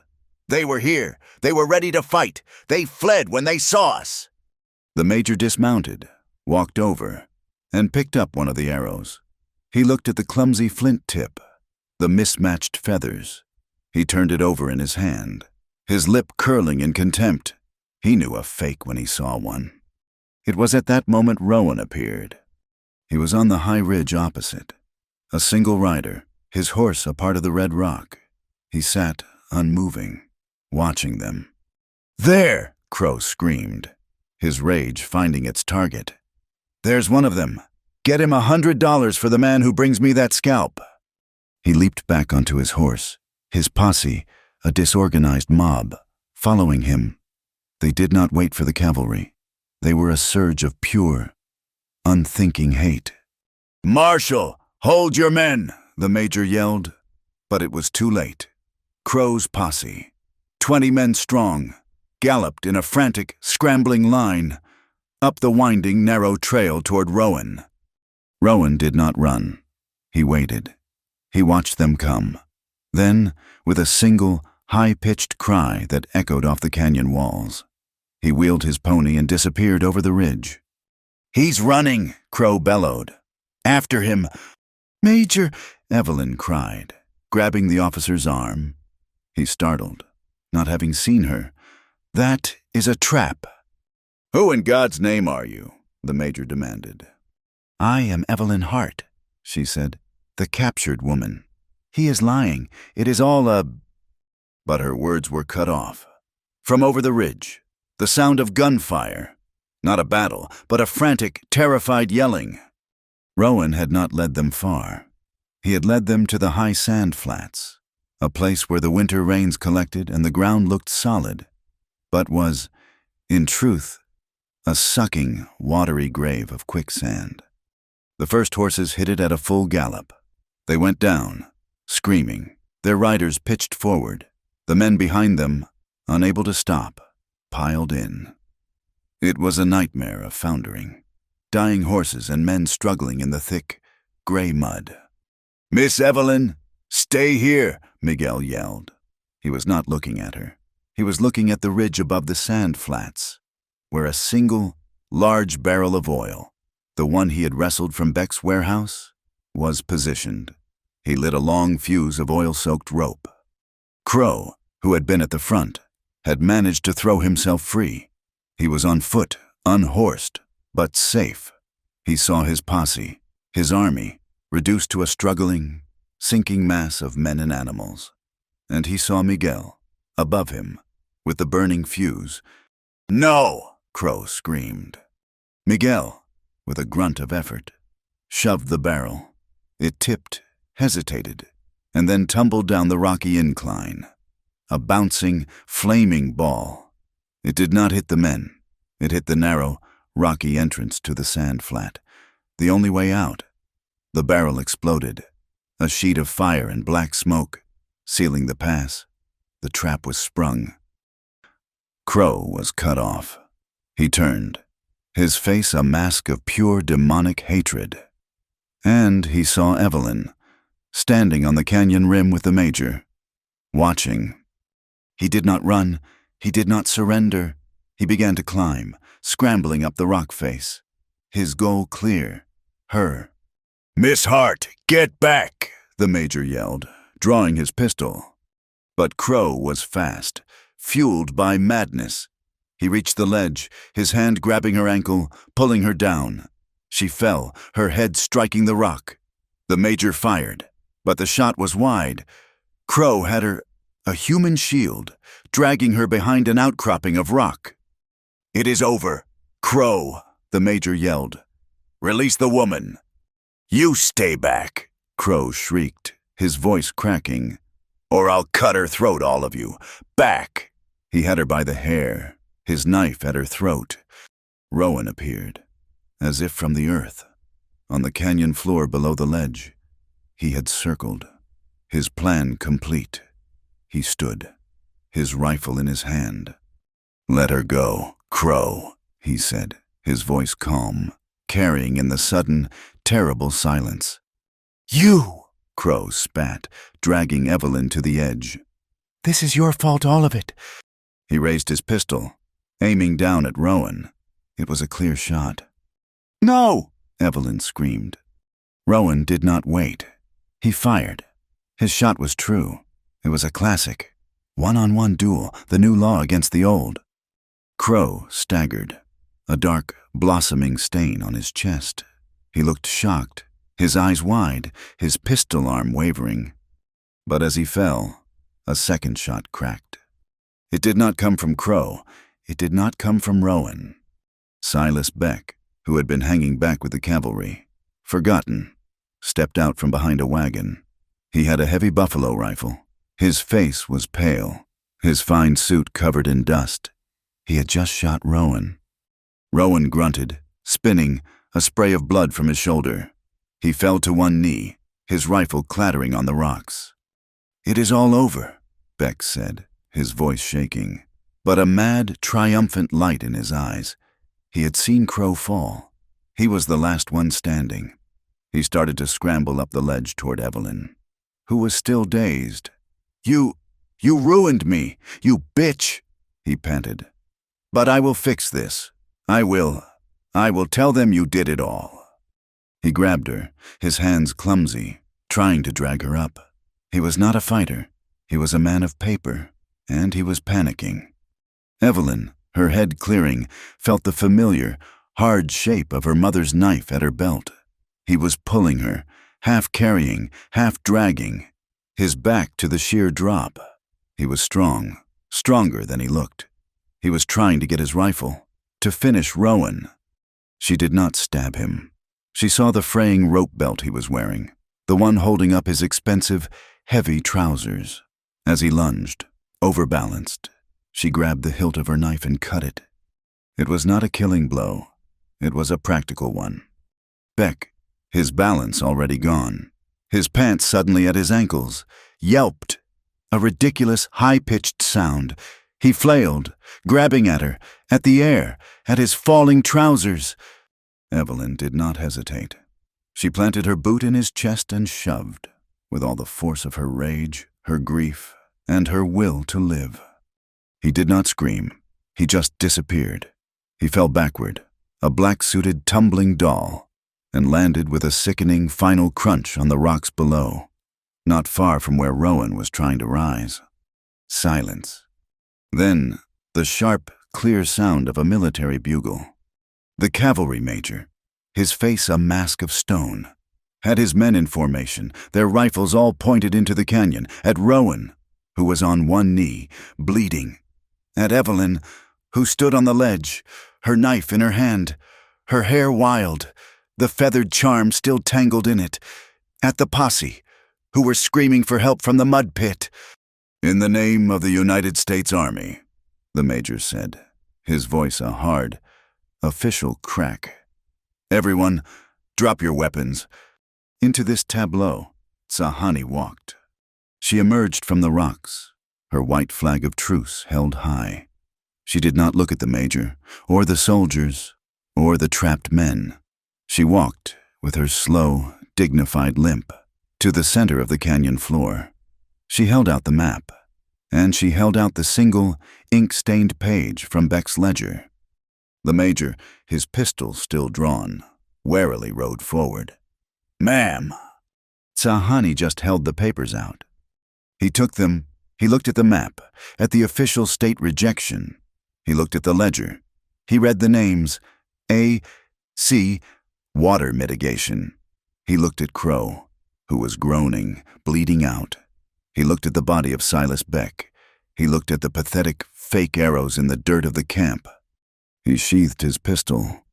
He looked at Evelyn, his eyes filled with a new, dawning, horrified respect. "Medic!" he bellowed, his voice echoing. "See to that man's shoulder." He pointed at Rowan. "The rest of you, get those men out of that mud. They are under arrest. And get a rope. We have to retrieve Mr. Beck. And someone put Marshal Crow in irons. He's going to Fort Richards for a federal trial. If," he added, with a cold, hard look, "he lives that long." The canyon floor was a chaos of broken power. Soldiers, under the major's clipped commands, were hauling the muddy, humiliated members of the Gospel Ford posse from the quicksand.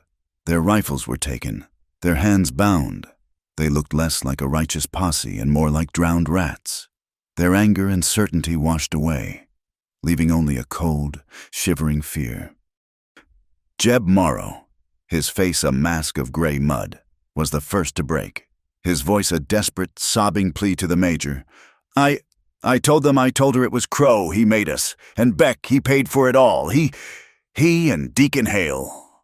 Deacon Hale, the major, who was collecting the pile of fake, clumsy arrows from the abandoned camp, turned his head, his eyes like steel chips.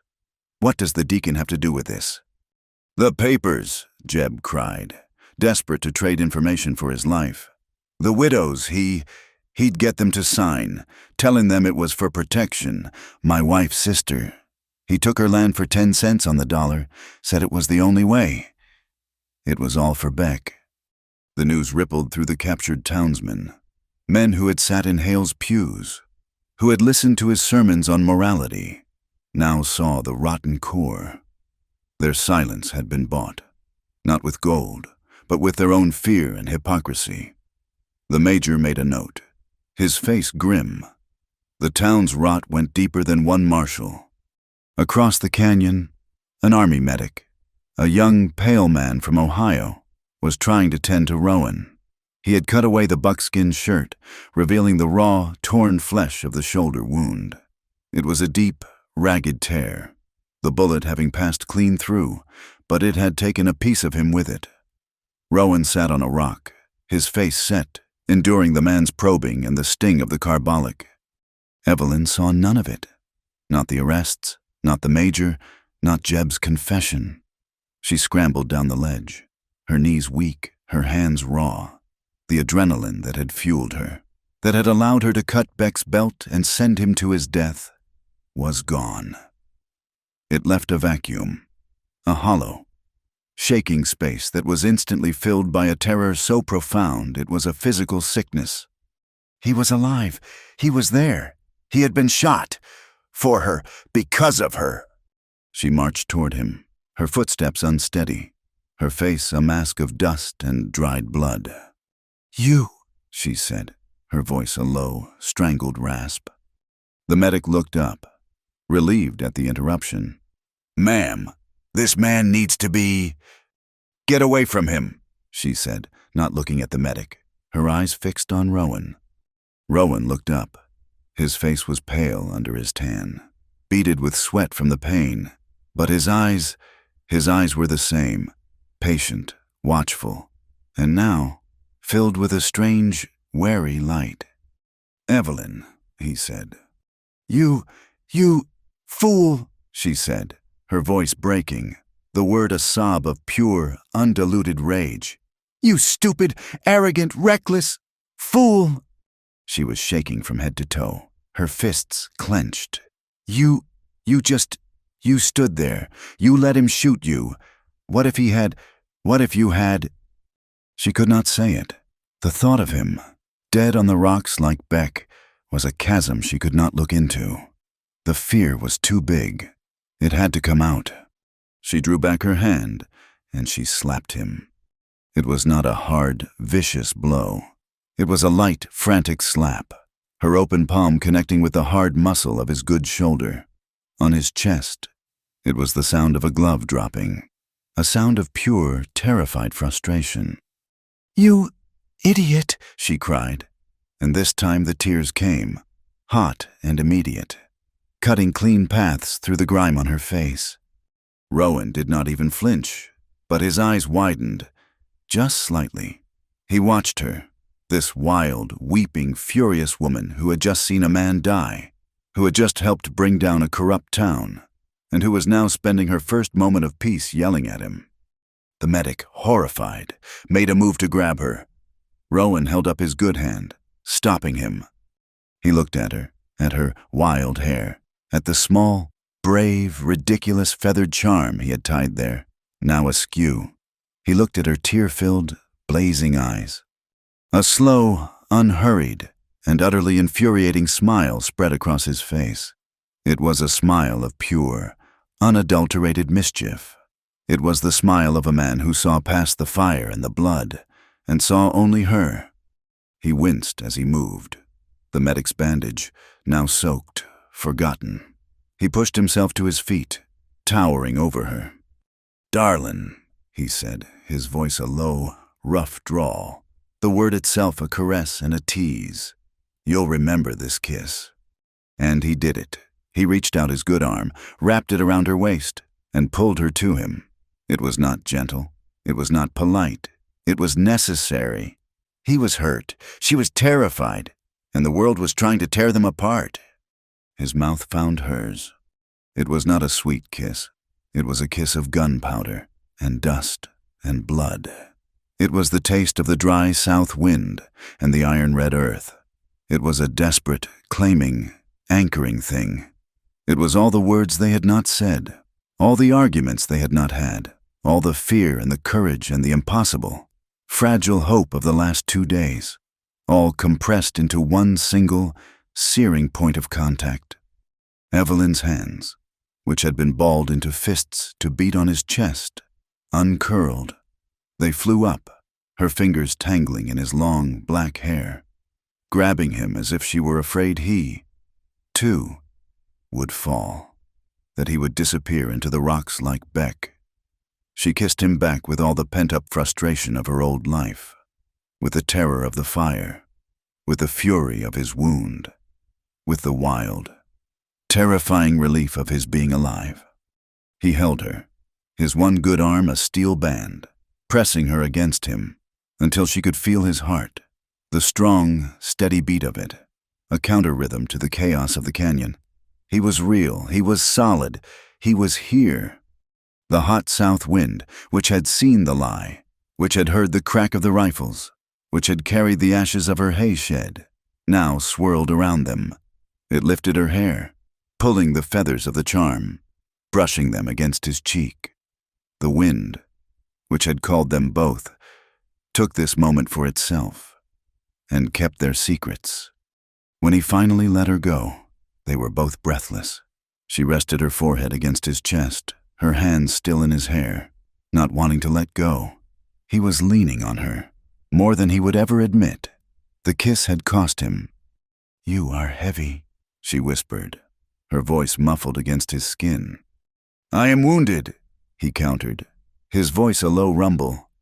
"You should be more polite." "I am not polite," she said, tilting her head back to look at in his eyes. "I am angry." "I know," he said, his smile fading, his gaze serious. "And you are free." That was it. That was the promise. Not "you are mine," but "you are free." He acknowledged her, not as a prize, not as a possession, but as a fellow warrior. She stepped back, though her hand did not leave his arm, as if to steady him. The moment was broken. The world, with its blue-coated soldiers and its muddy, treacherous neighbors, came rushing back in.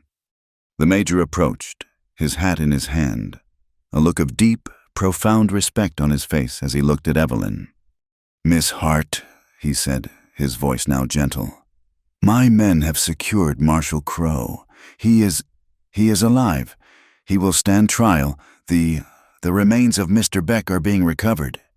He looked at Rowan. "My medic says your wound is clean. Son, you'll be sore for a month, but you'll live." He turned back to Evelyn. "I owe you, we all owe you, an apology. We came here to arrest you." "I know," Evelyn said, her voice tired. "You were just following the law, Major. You just had the wrong laws." She returned to the ranch hours later, on a horse borrowed from the Major, her own mare having been ridden to exhaustion. The sun was setting, painting the sky in colors of bruised purple and healing gold. She found Sahani on the porch, her small bag of herbs packed. From inside, she could hear her father's breathing. It was still rough, but it was even.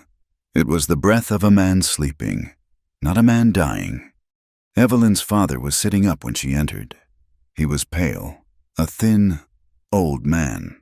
His blacksmith's arms now just bone and skin, but his eyes, for the first time in a year, were clear. The laudanum-soaked fog was gone. "Evie," he whispered. He had seen the soldiers. Miguel had told him, in hurried, excited bursts, the story of the trap, the ledge, the paper. "Papa," she said, sitting on the edge of his bed. I was a fool," he rasped, his hand, thin as a claw, reaching for hers. I was afraid of Beck, of losing this place, afraid of you. You are so much like your mother." Tears welled in his eyes. "That man, Deacon Hale, I thought I was protecting you, giving you a safe place. I was just a coward. I was trying to put you in a cage, to keep you safe. And you were born to be free," Evelyn finished for him, her voice soft. "Like Mama," I know. I am so sorry, child, he wept, clinging to her hand. I am so sorry for not seeing you. I'm here, Papa, she said, her own tears starting. It's all right. You see me now. Later that night, he came, a shadow on the porch, as he had been the first night. Rowan. His arm was in a clean white sling, provided by the army. He looked uncomfortable in it, like a wolf in a dog's collar. He said nothing, just stood in the moonlight. He held something out in his good hand. It was her mother's knife. She must have dropped it on the ledge. In the final, desperate scramble with Beck. You found it? She whispered, taking it from him. The hilt was familiar, worn, fitting her palm perfectly. I found it, he said. It is not mine to carry. He looked at her, his gaze steady. It is good. It goes with you, not for you. You are the one who wields it. It was, she knew, the highest compliment he could pay. He was not her protector. He was her ally. He was not her owner. He was her equal. They stood on the porch, the silence comfortable. The hot south wind finally, mercifully, gentled to a breeze. The trial will be in 2 weeks, she said, filling the silence. The major he is on our side. He said my testimony and the ledger. It will be enough. They are holding Deacon Hale, too. Good, he said. Paper. It is a strong weapon. What now? She asked. The question that hung over everything. Over the ruined hayshed. Over her father's sick room. Over the newly dug graves of Beck and the men who had died in the mud. He looked up at the sky. The stars were bright. The air clean. Now, we wait. Wait for what? For the rain, he said, as if it were the most obvious thing in the world. To see what grows. This, he gestured between them. This was born in fire. It must be tested by life. He was right. A promise made in a drought meant nothing until it was tested by a harvest. No fast words, he said, his voice low. No white man's preacher. No paper to sign. I will not be owned. Rowan, she said, her hand gripping the knife. I know, he said, and the shadow of his smile returned. And I am not a prize you have won. It was a new kind of vow, made in the quiet dark. A promise not of possession, but of choice. A promise to wait, to see, to let the world heal, and to choose each other. Every day, when the rain finally came. The parade ground at Fort Richards was not a place of comfort. It was a patch of baked, hard-beaten earth, reflecting the merciless Texas sun. A large canvas fly had been erected, a patch of meager shade under which a long plank table sat. This was the court. Judge Silas Harrison presided. He was a thin man from back east, sent by the federal government, and he had a face that looked like it had been carved from a block of ice. He wore a black suit, buttoned to his throat despite the heat. And he believed in 2 things: the absolute authority of the United States government and the sanctity of the written word.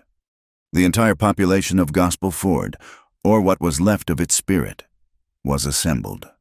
They stood, ringed by blue-coated cavalry soldiers, their faces a mixture of fear, shame, and a pale, watery curiosity. At the front, in chains, sat the remains of the posse, including a bandaged, glowering Abel Crow and a trembling, ashen-faced Deacon Hale. To one side sat the witnesses, Evelyn, her face clean, her hair brushed, but her eyes holding the flat, weary look of a veteran. Beside her, Miguel, his old hat in his hands, and beside him, Tsahani, who sat on the ground, not on a bench, her back as straight as a rifle barrel. Rowan stood behind her, his arm in its white sling, his face impassive, his presence a silent, powerful challenge. This is not a formal trial, Judge Harrison began, his voice thin but carrying in the dry air. This is a federal hearing to investigate the collapse of civil authority in the Gospel Ford territory and the death of Mr. Silas Beck. We will proceed by examining the evidence." He nodded to the major, who unrolled the oil-stained map and held it up. Exhibit A, a state survey, rejecting a water diversion from the Hart Aquifer, dated 1869, signed by Silas Beck. He then held up the tattered, ink-stained page. Exhibit B, a ledger page, recovered from the office of Silas Beck. A clerk stood and, in a monotone, read the entries. For security, to AIC, $500. For water mitigation, to AICO, $1,000. For discretion, to JM, $50. The clerk paused. And a final entry, Hart Spring diversion, final payment upon deed transfer. A low, sick murmur went through the crowd. It was one thing to suspect. It was another to hear the price of their lives read aloud in plain numbers. "Abel Crow," the judge said, his cold eyes landing on the marshal. "You are a C. You took this money to falsify reports, to attack citizens, and to create a panic for the profit of Silas Beck." Crow surged to his feet, his chains rattling. "That is a lie. That paper is a forgery. It was her." He jabbed a thick, shackled finger at Evelyn. "She's a traitor, a witch, just like her mother. She conspired with them." He gestured to Rowan. They killed Beck. They burned her own ranch. I was the law. I was protecting you all." He looked at the men of his posse, the men who had ridden with him. Tell him how it was." The men, now clean, sober, and terrified, just stared at him. Not a single man stood. "You led us into a mud pit, Abel," one of them said, his voice hollow. "You told us it was a sweep. You told us to clean it out. You were going to get us all killed, just to cover your own pocket." The men turned their backs, a silent, final judgment. Crow's face, already purple, went a shade darker. He collapsed onto the bench, a broken, sputtering man. "Jeb Morrow," the judge called, his voice cutting the silence. "You are JM." Jeb was brought forward by a soldier. He was shaking so hard he could barely stand. "You took money from Silas Beck," the judge stated. Yes, sir," Jeb whispered, tears cutting through the dust on his face. "For what purpose?" For the wagon," Jeb sobbed. "For the Comanche attack. It was me and 2 others, dead now. We shot the drivers. We faked the arrows. Marshal Crow. He told us to. Said it was necessary."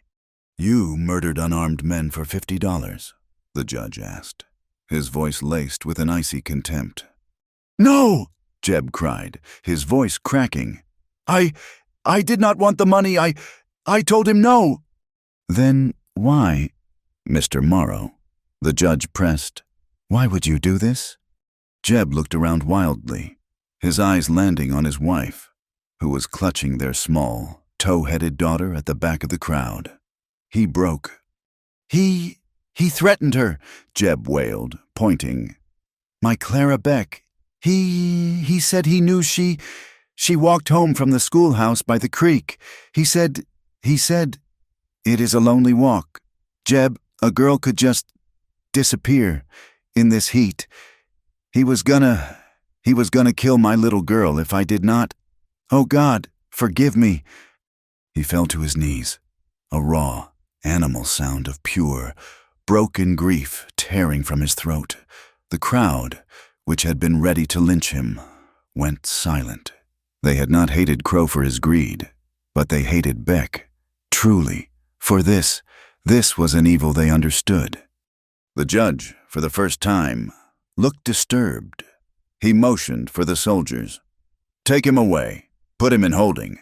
He will testify at the full trial." He turned, his gaze falling on Deacon Hale, who had been trying to make himself small. "Deacon Hale," the judge said, Your name has been mentioned in connection with fraudulent land deeds, specifically concerning widows, men, it seems, you yourself buried. Deacon Hale shot to his feet, his piety his only weapon. Sir Judge, I am a man of God. This is a nest of liars. I was acting as a shepherd to my flock. These poor women. They were unequipped for the hardships. I was merely protecting their assets. A Christian duty to consolidate them under the protection of the town's leadership. And by leadership, the judge said, picking up another paper, you mean Silas Beck, to whom you sold these protected properties, for, I see here, 10 cents on the dollar. Hale's face went white. That is just business. You used the pulpit to prey on the grieving, the judge said, his voice dropping. You used fear of God to steal land. In my book, that is a far worse crime than any this savage has been accused of. He pointed to Rowan. The judge turned. We will now hear from the native. Witnesses. He looked at Sahani with unconcealed skepticism. Do you have anything to add, old woman? Sahani stood. She did not look at the judge. She looked at the people of Gospel Ford. She began to speak, her voice dry and clear, in her own tongue. Rowan stepped forward, his arm in the sling, and translated. His voice was flat, but the words were Sahani's, and they were sharp. She says you speak of law. Rowan translated, his eyes on the judge. She asks, what law is it that says a man can steal the sky? What law says a man can own the water? You say we are savages because we move, but you came and you put a fence around the earth. You poisoned the spring. Lies, the town doctor shouted. They're the ones. I saw a dead rat. Sahani cut him off with a sharp word.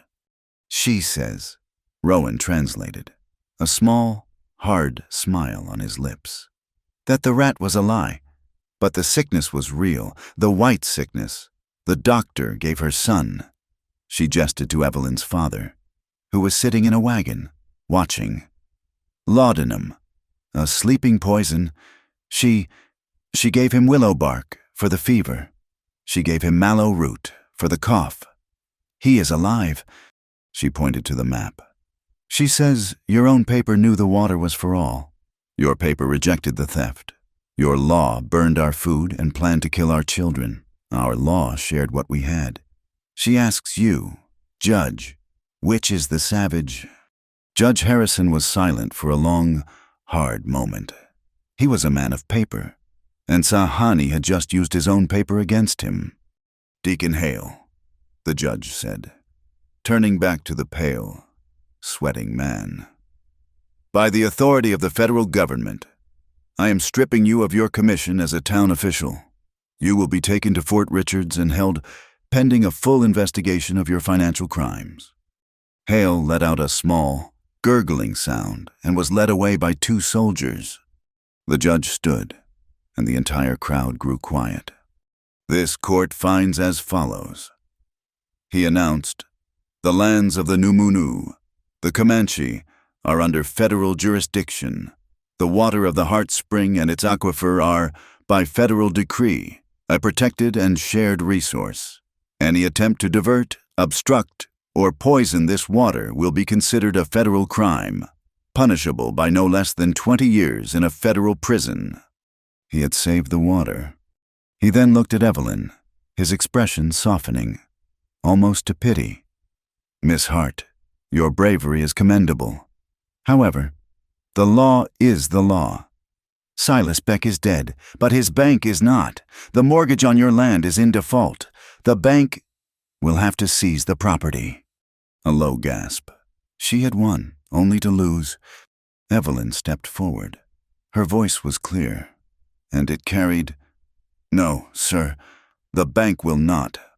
The judge raised an eyebrow. And why is that, young lady?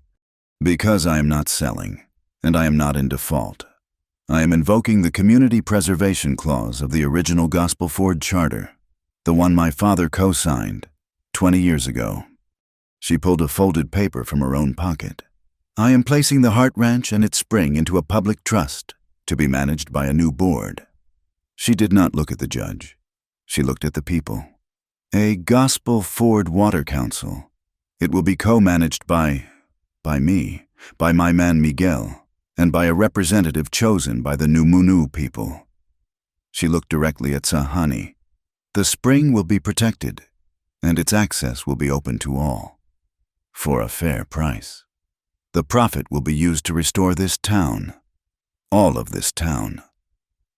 She had used their own law, their own charter, in a way they had never imagined. She had not just saved her land, she had tied it inextricably to the people they had tried to destroy. She had saved everyone by saving them from themselves. The judge stared at her, a look of shocked, almost comical, disbelief on his face. He looked at the paper. He looked at her. Well, I'll be, he whispered. He banged a small gavel on the table. This hearing is adjourned. It was over. The cavalry formed up, a moving wall of blue. Crow, his head bowed, was put in a prison wagon. The rest of the posse, bound, were herded like cattle. The townspeople just stood, watching, the silence of their shame heavy in the air. They were breathing, but they were not free. The future was a blank, terrifying page. As the column began to move, the major rode over to Rowan, who was standing alone, watching the dust. "Son," the major said, his voice gruff, trying to make amends. "The United States Army, we appreciate your cooperation, your courage. We would like to recognize it." He held out a small velvet box. Inside, on a bed of silk, was a small, shiny bronze medal, stamped with an eagle and the word peace. Rowan looked at the medal. He looked at the soldier. He looked at Evelyn, who was watching him, her heart in her throat. He did not reach for the box. "This is a piece of metal," he said, his voice clear, not angry, just factual. "My people cannot eat it. It will not keep our children warm." He looked the major in the eye. "We do not want your peace. Your peace is a word you use before you take our land. We want truth. We want the right to hunt, as our fathers did. We want a safe corridor to move our horses. We want a treaty that is not just paper. We will be here, Major. When you are ready to talk about that." He gestured to the land. "We will listen." The major, shamed, slowly closed the box. He nodded, a sharp, respectful gesture. "Mr. Rowan, I suspect. We will be talking soon." He rode away. Rowan stood, his arm in the sling, and watched the cavalry, and the last of Gospel Ford's dark past, disappear in a cloud of red dust. He had refused their false victory. He had, instead, just started a new, harder, more honest fight. It was 3 weeks later that the sky broke. The change did not come gently. The south wind, which had been their hot, dry tormentor, suddenly died, leaving a day of dead, oppressive stillness. The air was so heavy it was hard to breathe. Then, from the north, a wall of clouds, the color of a fresh bruise, rolled in. The first drop hit the dust on the Hart porch with a sound like a pistol shot. Then another, and then the sky opened, and the water came down. It was not a gentle rain. It was a deluge, a solid, cleansing roar. It hammered the tin roof of the ranch house. It turned the dry, cracked earth of the plains into a running sea of red mud. It washed the ash from the burned hay shed into the soil, and it filled the air with a scent Evelyn had almost forgotten the smell of wet earth, of sage, of life. She stood on the porch, her father in his chair beside her, wrapped in blankets. They did not speak. They just watched the waterfall, watched it run in rivers down the old wagon ruts. Evelyn tilted her head back, her eyes closed, and let the cold, Clean water washed the last of the dust and blood from her face. It was a baptism.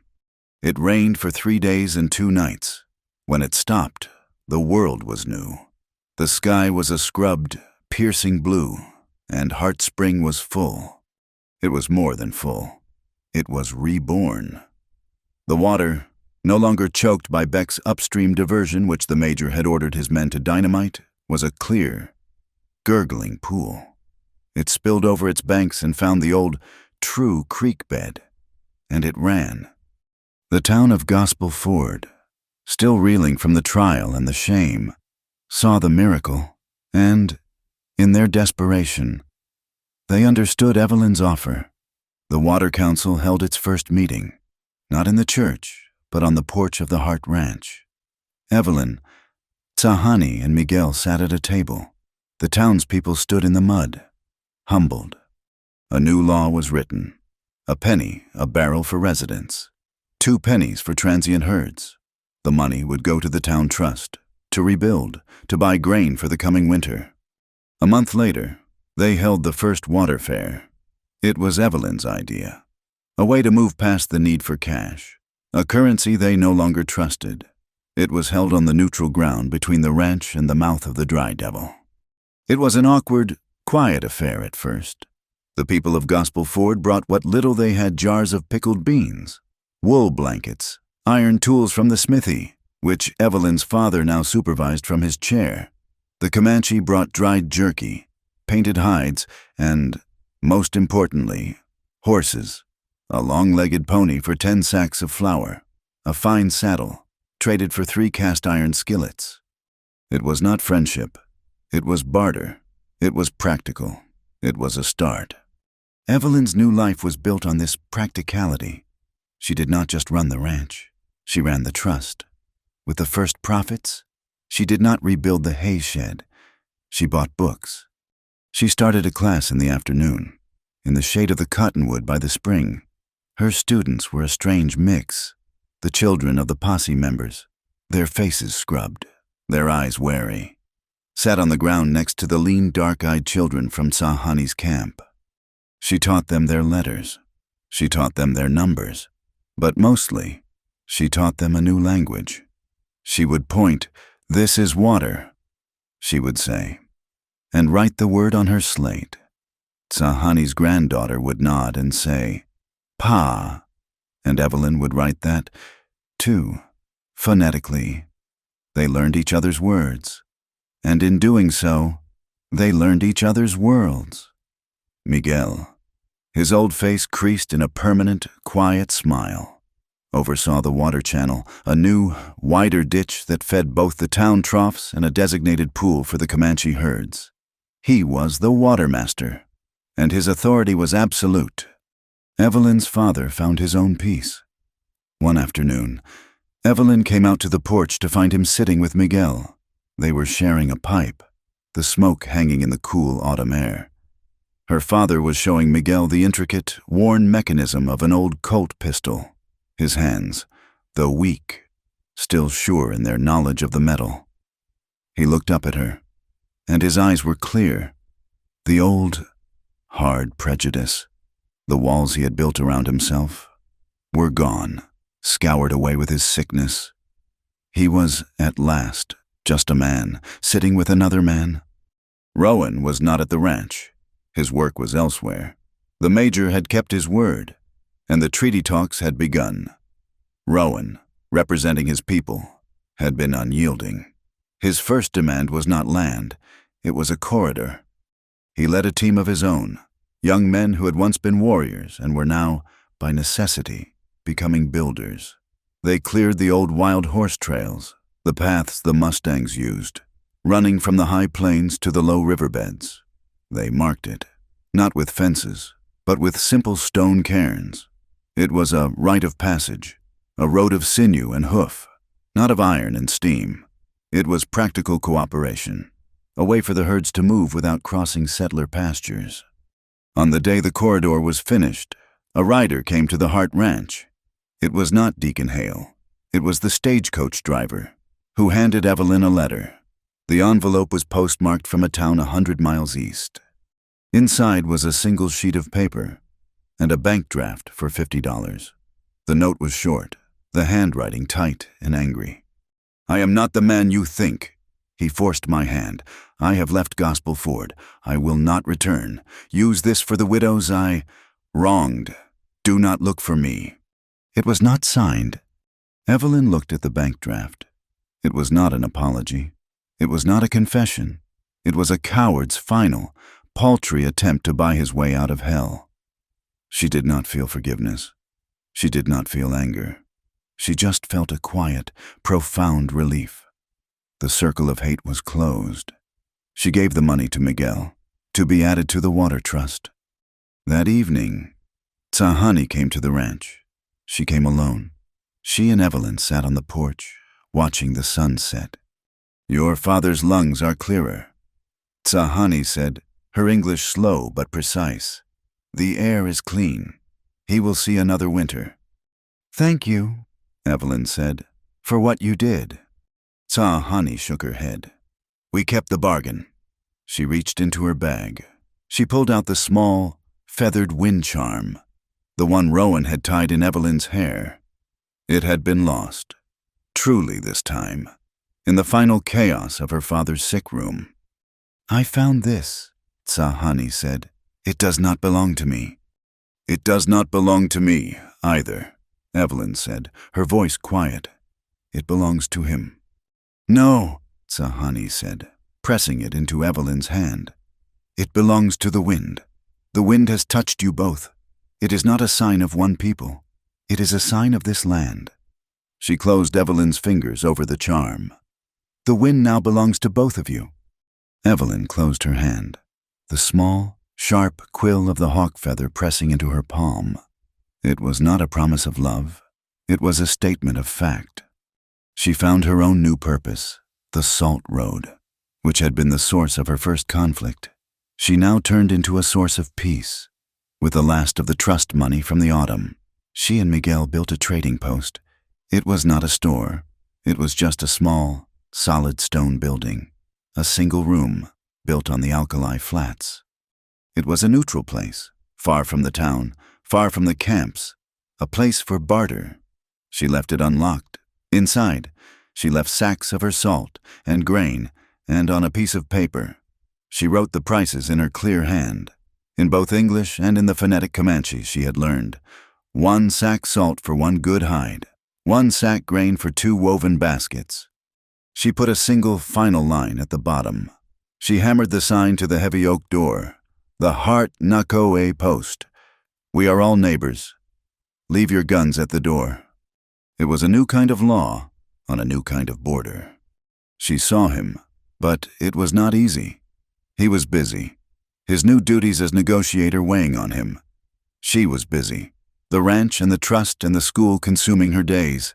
They were two strong, separate people, and they were not prepared to give that up. They met at the full moon. It was their own unspoken commitment. It was not a tryst, not a meeting of lovers in the secret dark. It was a meeting on the open rim of the Dry Devil, the place where she had first called his name, the place where the world could see them. They would ride, their horses moving side by side, in the silver light. They would talk. He would tell her of the frustrations of the treaty, of the stupid, blind men from Washington. She would tell him of the small victories of the school, of her father's first, halting steps without his cane. They were building a life, not by weaving it into one single tight braid, but by learning to ride side by side. Two separate, strong lines, moving in the same direction. It was a harder, more honest promise. It was choice, not possession. One night, a night of a full, bright hunter's moon, they stopped on the ridge. He was leaning forward, his good arm resting on the pommel of his saddle. His shoulder had healed, but a puckered, angry scar remained. He was watching something, and she followed his gaze. On the plains below, silvered in the moonlight, a dark line was moving. It was not cattle, it was not soldiers. It was the wild herd, the mustangs, running for the sheer, uncomplicated joy of it. They were a current, a river of muscle and wind, their hooves a distant, drumming thunder. Evelyn watched them, her heart aching with the beauty of it. They were everything she had dreamed of, that first day by the spring, untamed, unbound. "They are beautiful," she whispered. Rowan looked at her, not at the horses. Her face, in the moonlight, was no longer the face of a frightened, angry girl. It was the face of a woman, strong and sure, and, at last, at peace. "Yes," he said, his voice low. "They are." The wild horses ran, and for the first time in her life, Evelyn Hart did not wish she was one of them. She was one of them. She was, at last, free, and she was not running. 1 year, 12 months, 4 seasons.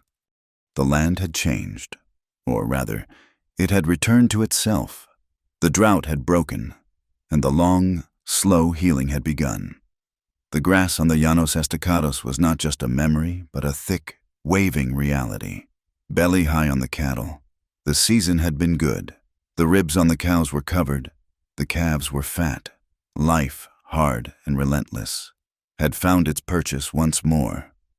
The Gospel Ford Water Council was the new center of the town. It was not a bank, and it was not a church, but it held the power of both. It met once a month, on the full moon, on the porch of the Hart Ranch, a place that was now understood to be the heart of the valley.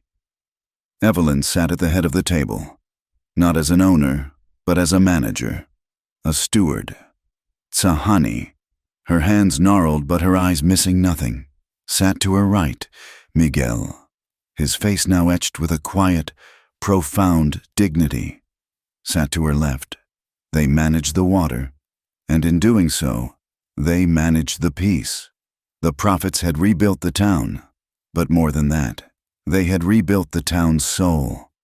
The victory had been ratified, not just by the rain, but by paper. The new major at Fort Richards, the man who had replaced the one who had admired Rowan's stance, had signed the accord.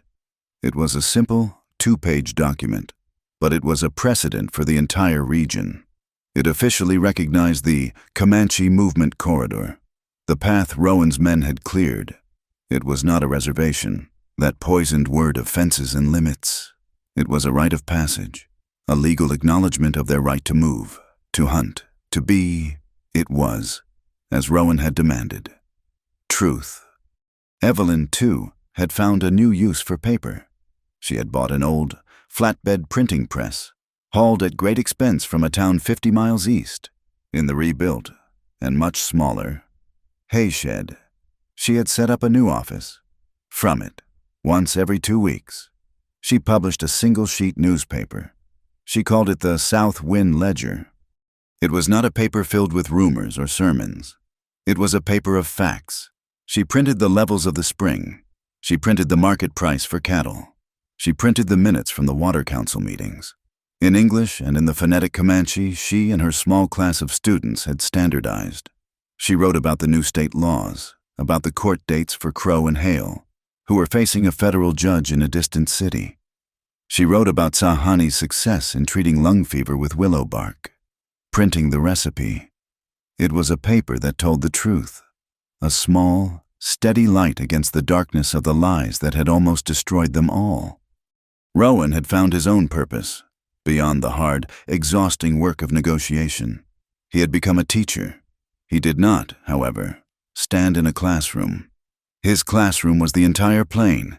He was teaching the children of his people, and a few of the white children from Evelyn's class who were brave enough to follow the old ways.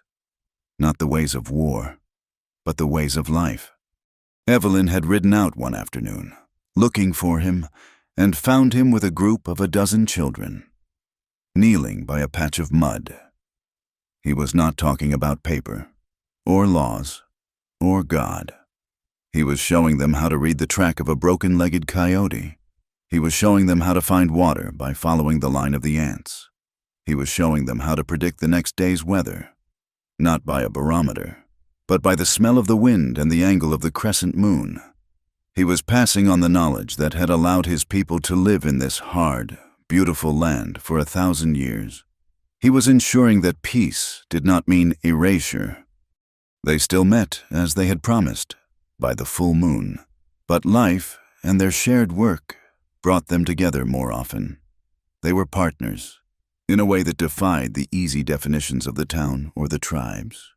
One evening, after a long council meeting, they stood alone on the porch. The air was cool, the scent of her father's pipe smoke drifting from the open window of the house. He was healthy, his lungs clear, his hands now busy with the small, intricate work of mending harnesses. "The wedding," she said, her voice quiet, not looking at him, but at the dark line of the horizon. In town, Jeb Morrow's daughter, she married the young blacksmith. Rowan nodded. He knew. It was a loud party. "Yes," she said. She turned to him. His arm was long out of the sling, but he would always carry the scar, a puckered, angry mark on his shoulder that she sometimes, in quiet moments, would trace with her fingers. "They want us to get married." "They," he said, the word flat. "The town." "And your people," she countered gently. "Tsahani asked me, last week. She said it would be good, that it would make the alliance solid." He was silent for a long time, watching the stars. "And what do you say?" "I say," Evelyn said, choosing her words as carefully as she set her type, "that I will not be a treaty. My life, my body. It is not a piece of paper to be signed and sealed, to make an alliance solid." He looked at her, and the fierce pride in his eyes was so strong it almost hurt to see. "But," she said, her voice softening, "I am tired of sleeping alone." A slow smile, the one that still infuriated her, the one that still made her heart ache, touched his lips. "So am I." "How do we do this?" she asked. The question real, practical. Your way, my way, a preacher, a medicine man. "Both," he said. "Both." "Yes," he said, his voice firm. "We will have two, not one. We will not swallow each other. I will not have your preacher erase my ways, and I will not ask you to become one of my people." He stepped closer. "We will have a day. Your father, your white dress, if you wish it.